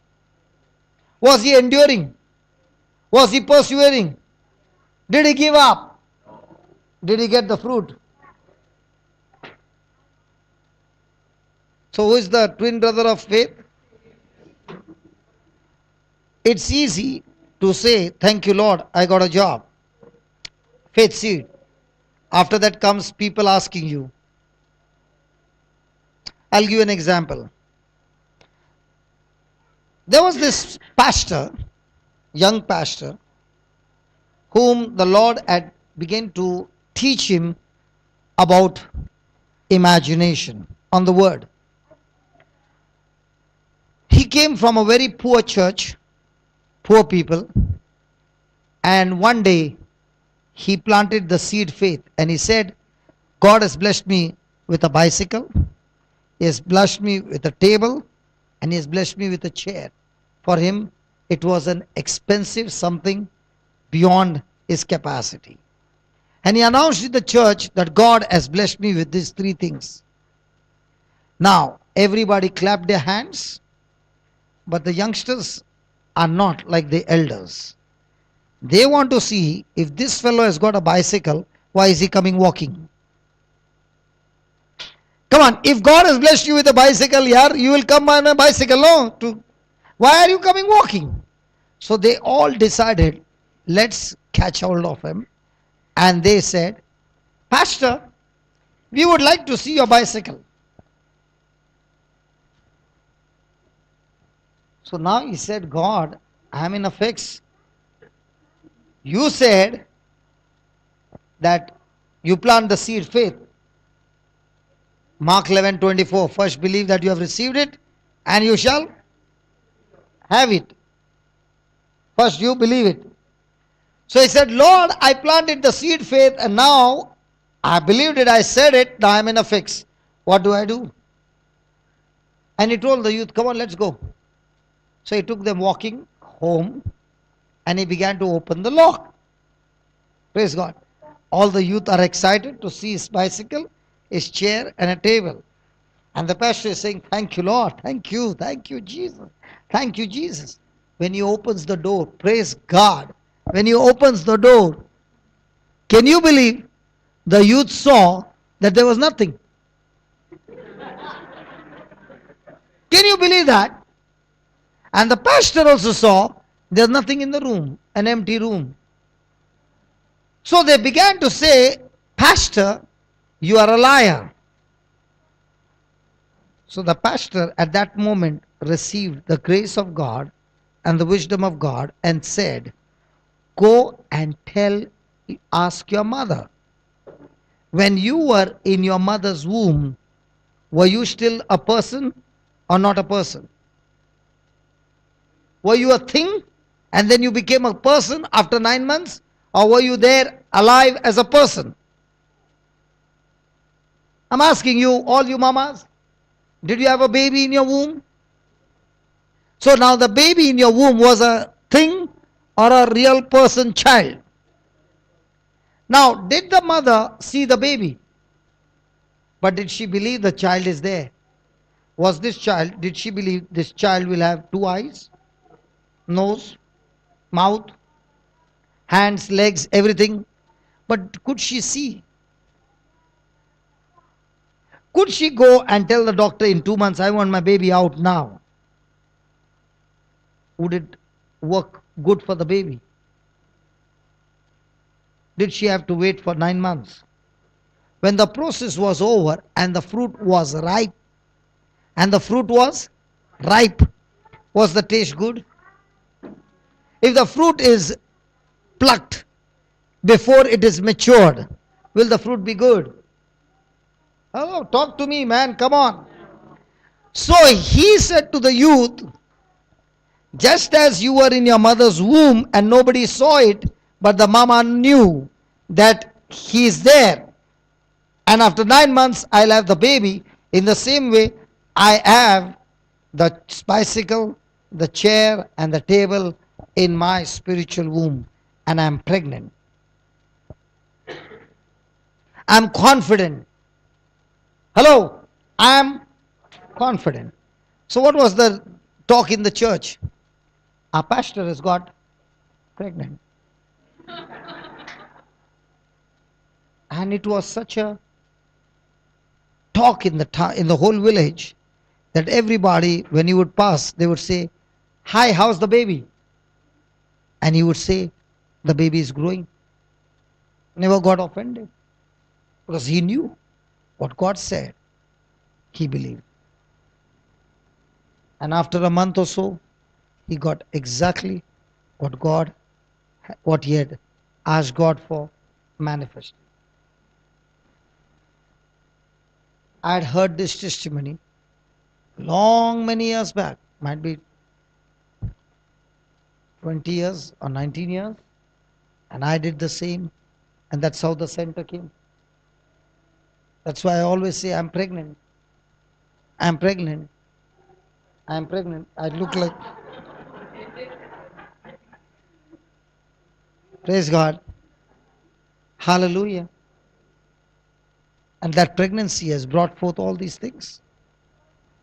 And that's what he's saying. Now unto God that is able to do exceedingly abundantly above all that we ask or think. So is the power ready to work for us? But is my thinking right or offended? How much does it take for you to get your sound mind into unsound mind? Especially regarding your job. And somebody comes and says, hi sister, oh, you're not working, huh? What happened about the last job? Did they kick you out? Now all these words, can they irritate you? Can they put you to shame? And do you know one of the most powerful tools that the devil will do to kill a person, torture and kill a person, is put a person to shame. Because when a person is in shame, he will never ever get up. What was the difference between Judas and Peter? Did Judas repent? Did he throw the coins back to the high priest? Did he say, I want the coins? No, he said, take the coins, I don't want, but give me back Jesus. What did they say? What is that to us? You see to it yourself. Now, when Judas did that, and he saw when the trial was going on, he was there, and Jesus was condemned to death. Because of the shame, could he meet Peter and the others? Did he stay in isolation? And in that isolation, was his mind sound or extremely unsound? What did that unsound mind do? It confused him and destroyed him so much that in his imagination he believed that God can never forgive me of this sin. He loved Jesus. He repented.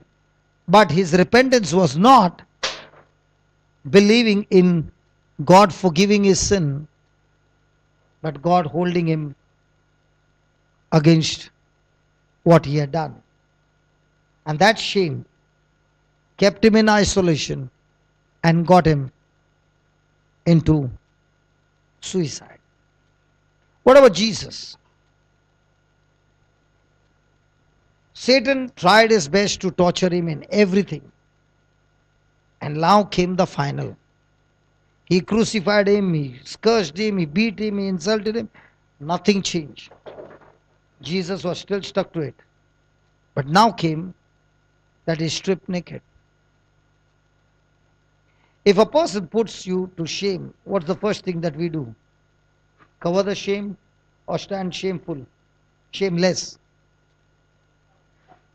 Cover the shame. So, who would be the candidate to ever ask God to cover his shame? Now, Jesus had not done anything wrong, he was sinless.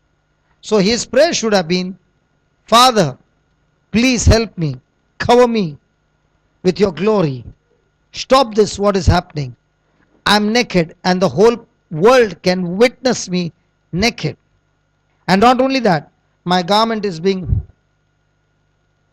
gambled for. But at that moment, how did Jesus tackle shame? How did Jesus overcome shame? He neither focused himself, but he focused on others. What did he say? Father, forgive them. Are you understanding? So when a person is put to shame, what is his thinking all about? But when a person is put to shame and his imagination is based on God's word, he is no longer looking at himself, he is looking at God and others. So how can a person overcome shame? By getting his focus off himself and being a blessing in spite of that to others. What was about Peter? Did he deny Jesus? Yes. But was he alone? No. But the others were there to build him up. And that's why God always wants us to go and build up one another through the word of God. Hallelujah. Now, in that scripture, what is God saying? Is His power working in us? Hello? And is that power all about asking or thinking? Both asking and thinking. Now, is that power going to be actively working in us when our mind is sound or unsound? So, when is God's power at work? When the mind is? So, when the mind is throughout the day with worry, is the power going to work? So, what stopped God's power? My unbelief. What stops God's plan? My unbelief. What stopped God to intervene in my life? My own unbelief. Is it getting clear? So, where's the battle? The battle is to be extremely vigilant and keep a check on our thinking.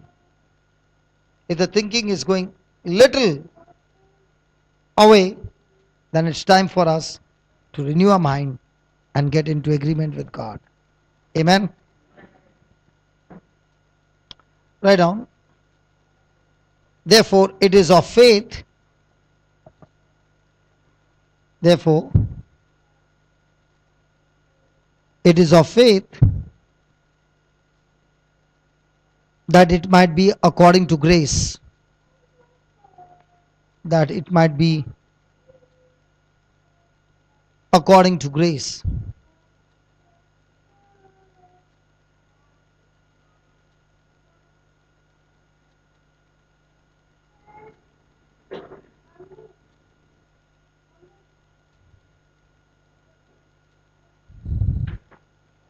Can you get me an amplified version of this? Yes. 4:16. Romans 4:16.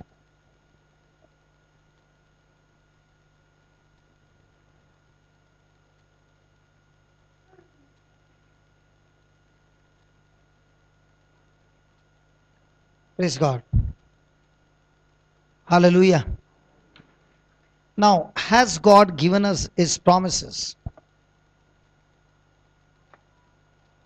Are His promises a yes in Christ Jesus? So, are these promises to be earned or inherited? Most of the time, are we trying to earn or inherit?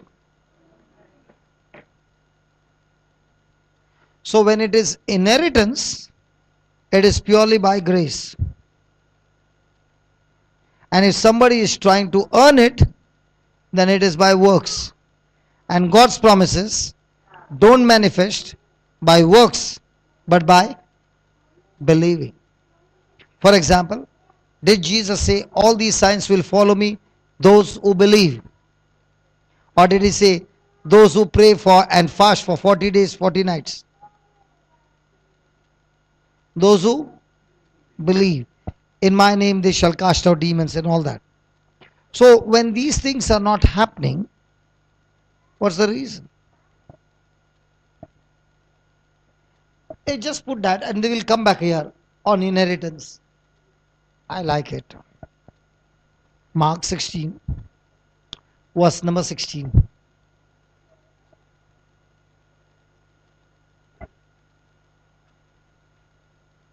No, not the amplified, the normal one.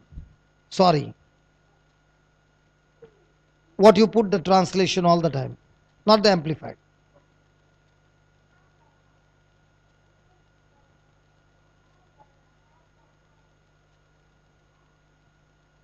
He that and is baptized shall be saved, he that believeth not shall be damned. 17. These signs shall follow them that. Hold on. These signs shall follow them that. These signs shall follow them that. So what happens if these signs are not following? Now, are these signs, He said, as a gift or as a result of believing? Hey, come on, talk. Let's talk. Did He say these signs are because I gave you the gift to cast out demon? Or did He say these signs are because you believed? So if it's not happening, where's the problem? So I want to ask you a question. I was in Goa and I said, how many priests and nuns do you think are in Goa? Anybody from Goa? Nobody. Praise God. Don't say all. I'm not from Goa.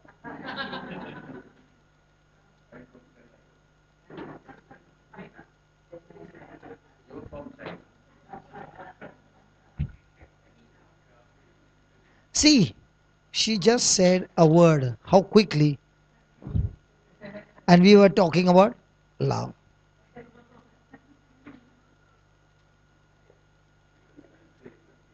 Huh? Yeah. You never know what's running in the mind. I never said it with that intention, sister. I just said it. And it came with a tone. You from China. I just said it. Okay, from Goa. How many priests are there? 1,000. Nuns? Nuns will be more, say 3,000. 1,000 priests and 3,000 nuns, 4,000 army. How much of impact have they made in Goa? How many institutes? How many this? Education, this, that. Correct? Have they sacrificed their life? So if 4,000 people could make such an impact, how many Christians are there in Goa? Mangalore? Mangalochi. How many people are there? Many. And what about we lay people? What is our contribution in the kingdom? A few priests believing can make such an impact that to a few numbers compared to the Christians in that particular city. What if all the people in the church have to renew their mind, how quickly the revival will take place. Can you even think about it? Many a times I think, God, I gave my life to you, and if anybody has to ask me, I can say without a doubt, in millions, people's lives have got changed because of my one decision. So, what's the potential in everybody?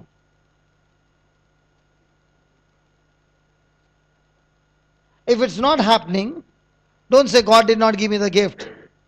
Say, God help me to believe. And that belief is not what I see. That belief is totally based on what the scripture says.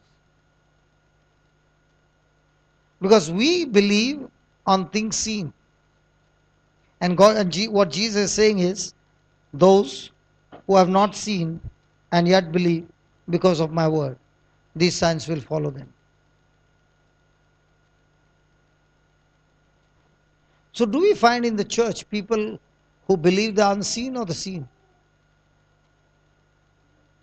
Because nobody has been taught your Christian life is not about believing the seen. Your Christian life is all about believing the unseen that He has declared in His word.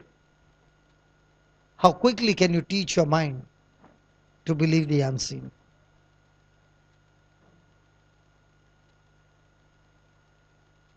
And the more and more we see the unseen that is based on the promise and we act on it, the result is manifestation.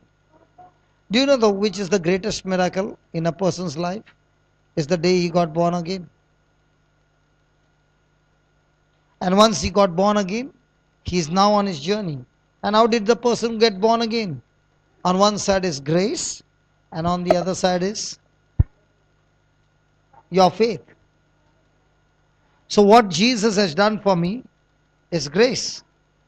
And when I believe on His finished work on the cross, and I believe it by faith, not by works, the result is salvation.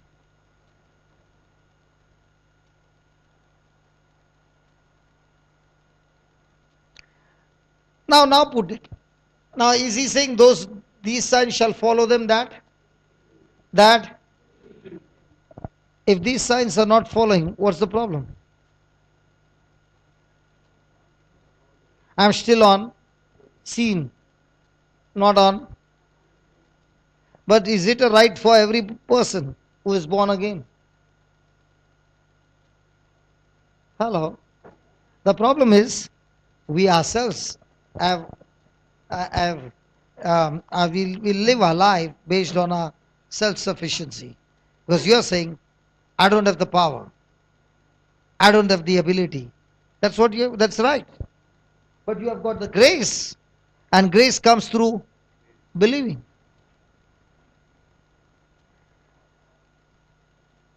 Hallelujah.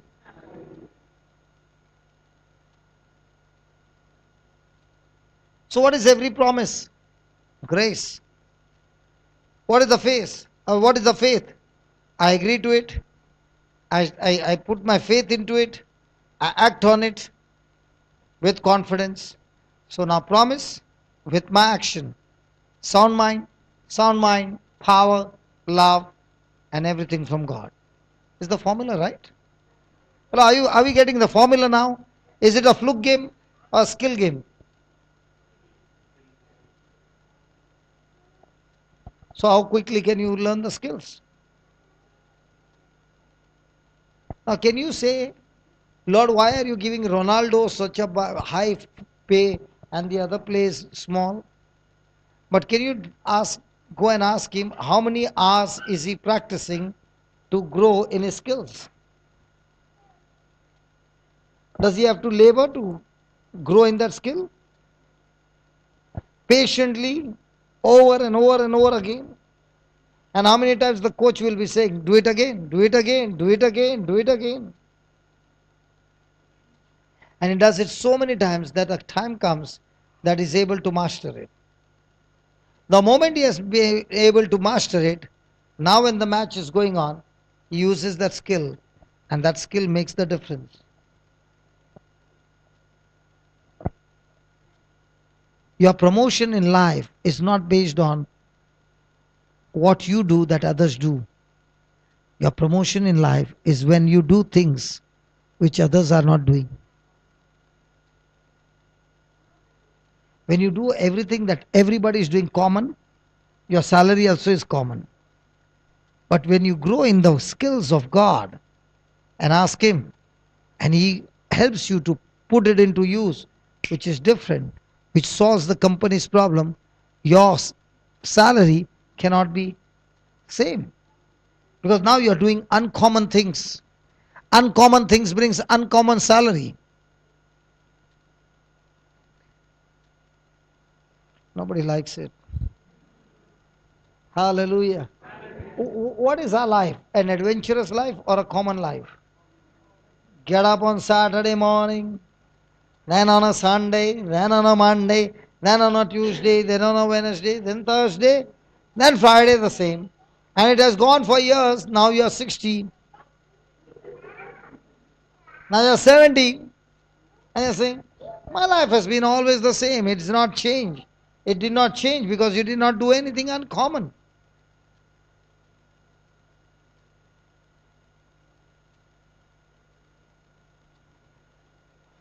What were we studying? I forgot. What was the scripture, Brother Tony? I hope you remember.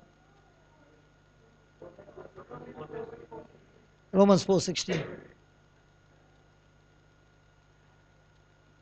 Are you putting my scripture or are you putting your announcement, brother? Tony, are you preaching my sister? Does he do the same at home? You give him one work and he does 3 works at a time?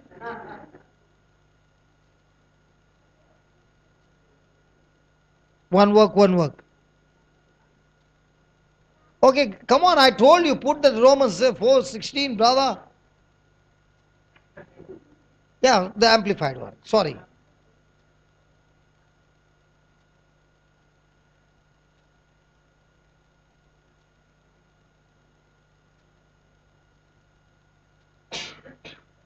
Therefore, inheriting the promises. So the promises have to be. What's the meaning of the inherited the promises? Okay, supposing the father and mother died. The property is supposed to be inherited. So how much money do you pay? What are you saying? Free? But you never worked hard for the property. Then how come you got it? Huh? So this is what Jesus is saying. I worked for you very hard on the cross by taking your place. And now all I want you to do is believe in my works and not your works. So when you believe in Jesus' works, then you inherit the promises of God. So most of the time we are qualified on whose works. Oh, most of the time we are qualified on whose works. Hallelujah. And when I began to understand, it's not my works, His works. So what's my job? When I've inherited, did I see it? No. Did I feel it? No. I just stepped out and laid my hands. Now were these hands used for sin? Yes. Were they used for fights? Yes. They were used for so many wrong things. But now when I repented and I laid my hands on somebody, okay, I'm not telling you a lie. I was just a baby Christian, just bubbling, 33 years of age, and I was with the Konkani prayer group. And in the Konkani prayer group, most of the aunties were, so I was the youngest, praise God. So they said we are going to pray over somebody. So I was all excited and we went. You know when you are small babies, can you discipline them or they are running all around? So I was a small baby, okay, 33 years old, but a small baby in the Lord.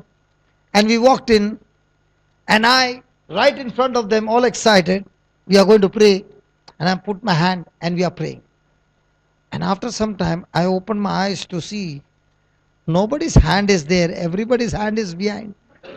And I'm the only one. Now I'm wondering, did I do the right thing or the wrong thing? Because they are seniors, right?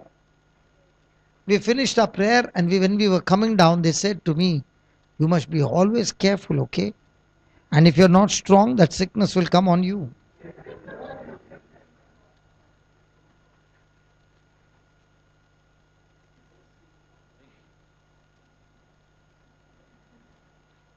A good seed, a good seed in a wrong season makes everything wrong.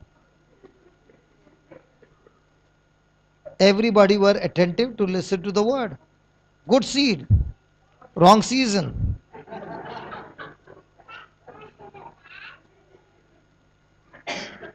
Do you know? These are all planned beforehand. And why do we plan beforehand? So that we can use examples to make others understand. Was it a good seed? Yes. But when everybody were attentive, was it a distraction?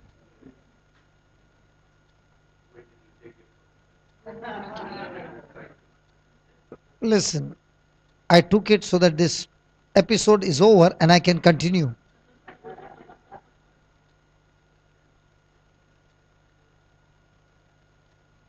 Where was I? Now you see what happened? I was laying hands. So I went back home and I read the whole New Testament to find where it was written. And when I found nowhere, I refused to believe it. But what happened to them? Because they believed, they never laid hands. They would pray but not lay hands. So was there sound mind, unsound mind? So do you think any healing will take place? Are you now understanding? So promises have to be inherited. Therefore, inheriting the promises is the outcome of. So my action corresponding to the promise and depends entirely on faith in order that it might be given as an act of. Now, did God give me this power to heal the sick because I was a good boy? Because I was humble? Because I said so many navinas? None of that. He gave me because he loves me. Now, the same question. Has he given to everybody the same grace? But has everybody responded the same grace at the same proportion?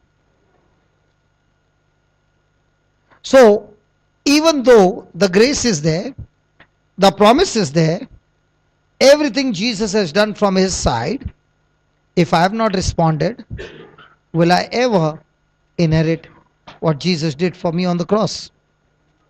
So where's the problem? Let's read it again. Therefore, inheriting the promises is the outcome of. So is it on works? So somebody will say, but I am saying this word, by the wounds of Jesus I am healed, by the wounds of Jesus I am healed, by the wounds of Jesus I am healed, by the wounds of Jesus I am healed. Somebody told me say 10,000 times and I am saying it. Now that somebody is saying to you say 10,000 times, not that after saying 10,000 times you will get healed or the manifestation will take place. He is saying say 10,000 times, so that saying that 10,000 times is not for God to move, but your unbelief to go out. Many times people will say, I said 10,000 times, now I'm qualified, now God, you have to give me. Or 10,000 times I said, now I'm going to get more power. Again works. I'm saying 10,000 times so that I'm able to wash my mind of that unbelief and start believing. Is that clear? So, therefore, inheriting the promise is the outcome of faith and depends entirely on faith. So what is faith? My response to God's promise without having any kind of physical evidence. And yet I choose to believe with assurance that what God said, He will bring it to pass. Praise God. So in faith, that in order that it might be given as an act of, so God has given to all of us the gift of salvation. So this gift of salvation is a pure grace and mercy of God. Now, even though He has given it to all of us, does all of us receive the salvation? Did Jesus die for the whole human race? So, according to God, are the whole human race qualified to receive salvation? Yes. But will everybody receive salvation? No. Only those who acknowledge Jesus as their Lord, as their Savior. So even though grace is available to everybody, are everybody going to use the grace? No. So he's saying that it might be given as an act of grace, that is unmerited favor, to make it stable and valid and guaranteed to all his descendants. Not only to the devotees and adherents of the law, but also to those who share. So did Abraham receive the promise by faith or by works? How are you receiving the promise?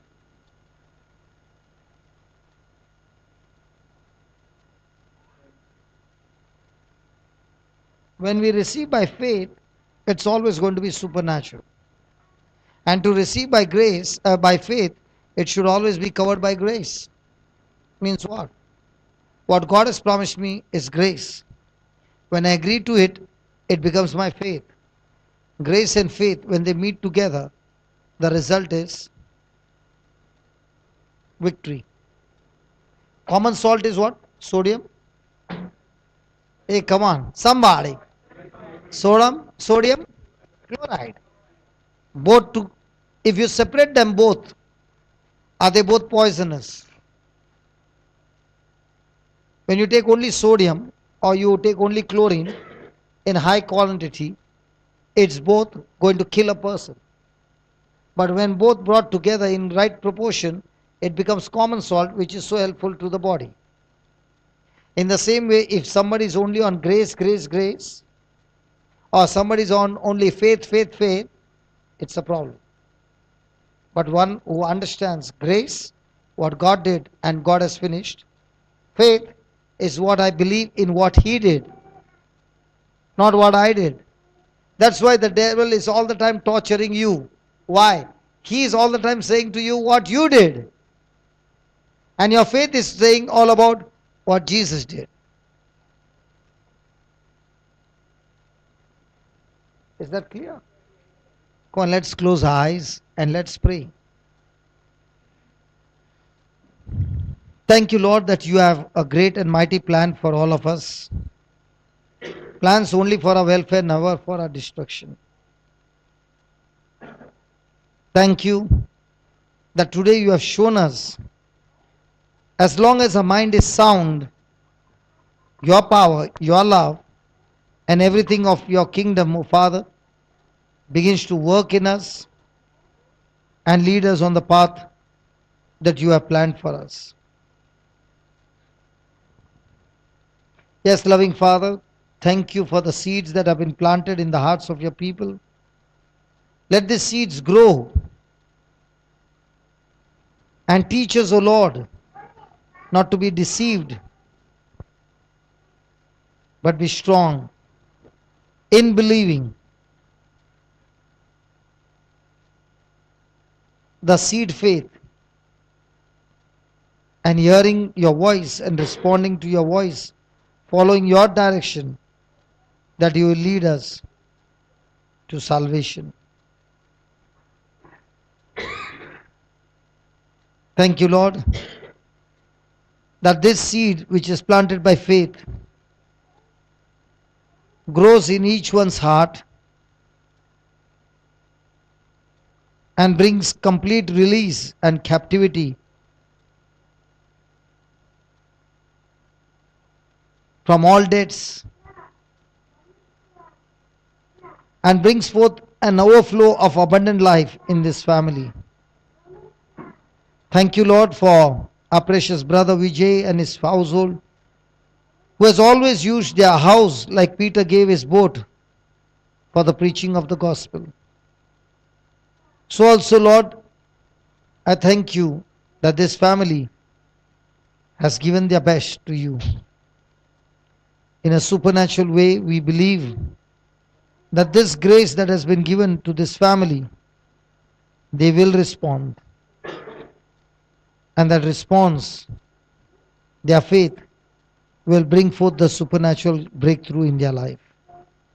Thank you and praise you for all this, O Lord, that not only my brother Vijay has been blessed, but we who have heard the word and lived the word, believing in faith, that the glory has been manifested in our life. We thank you, we praise you, in the glorious name of Jesus. Amen. Amen. Praise you, Jesus. Let's give the Lord a big round of applause. Praise God. Well, tomorrow we start at 6:30, so please be here in early. And of course, brother,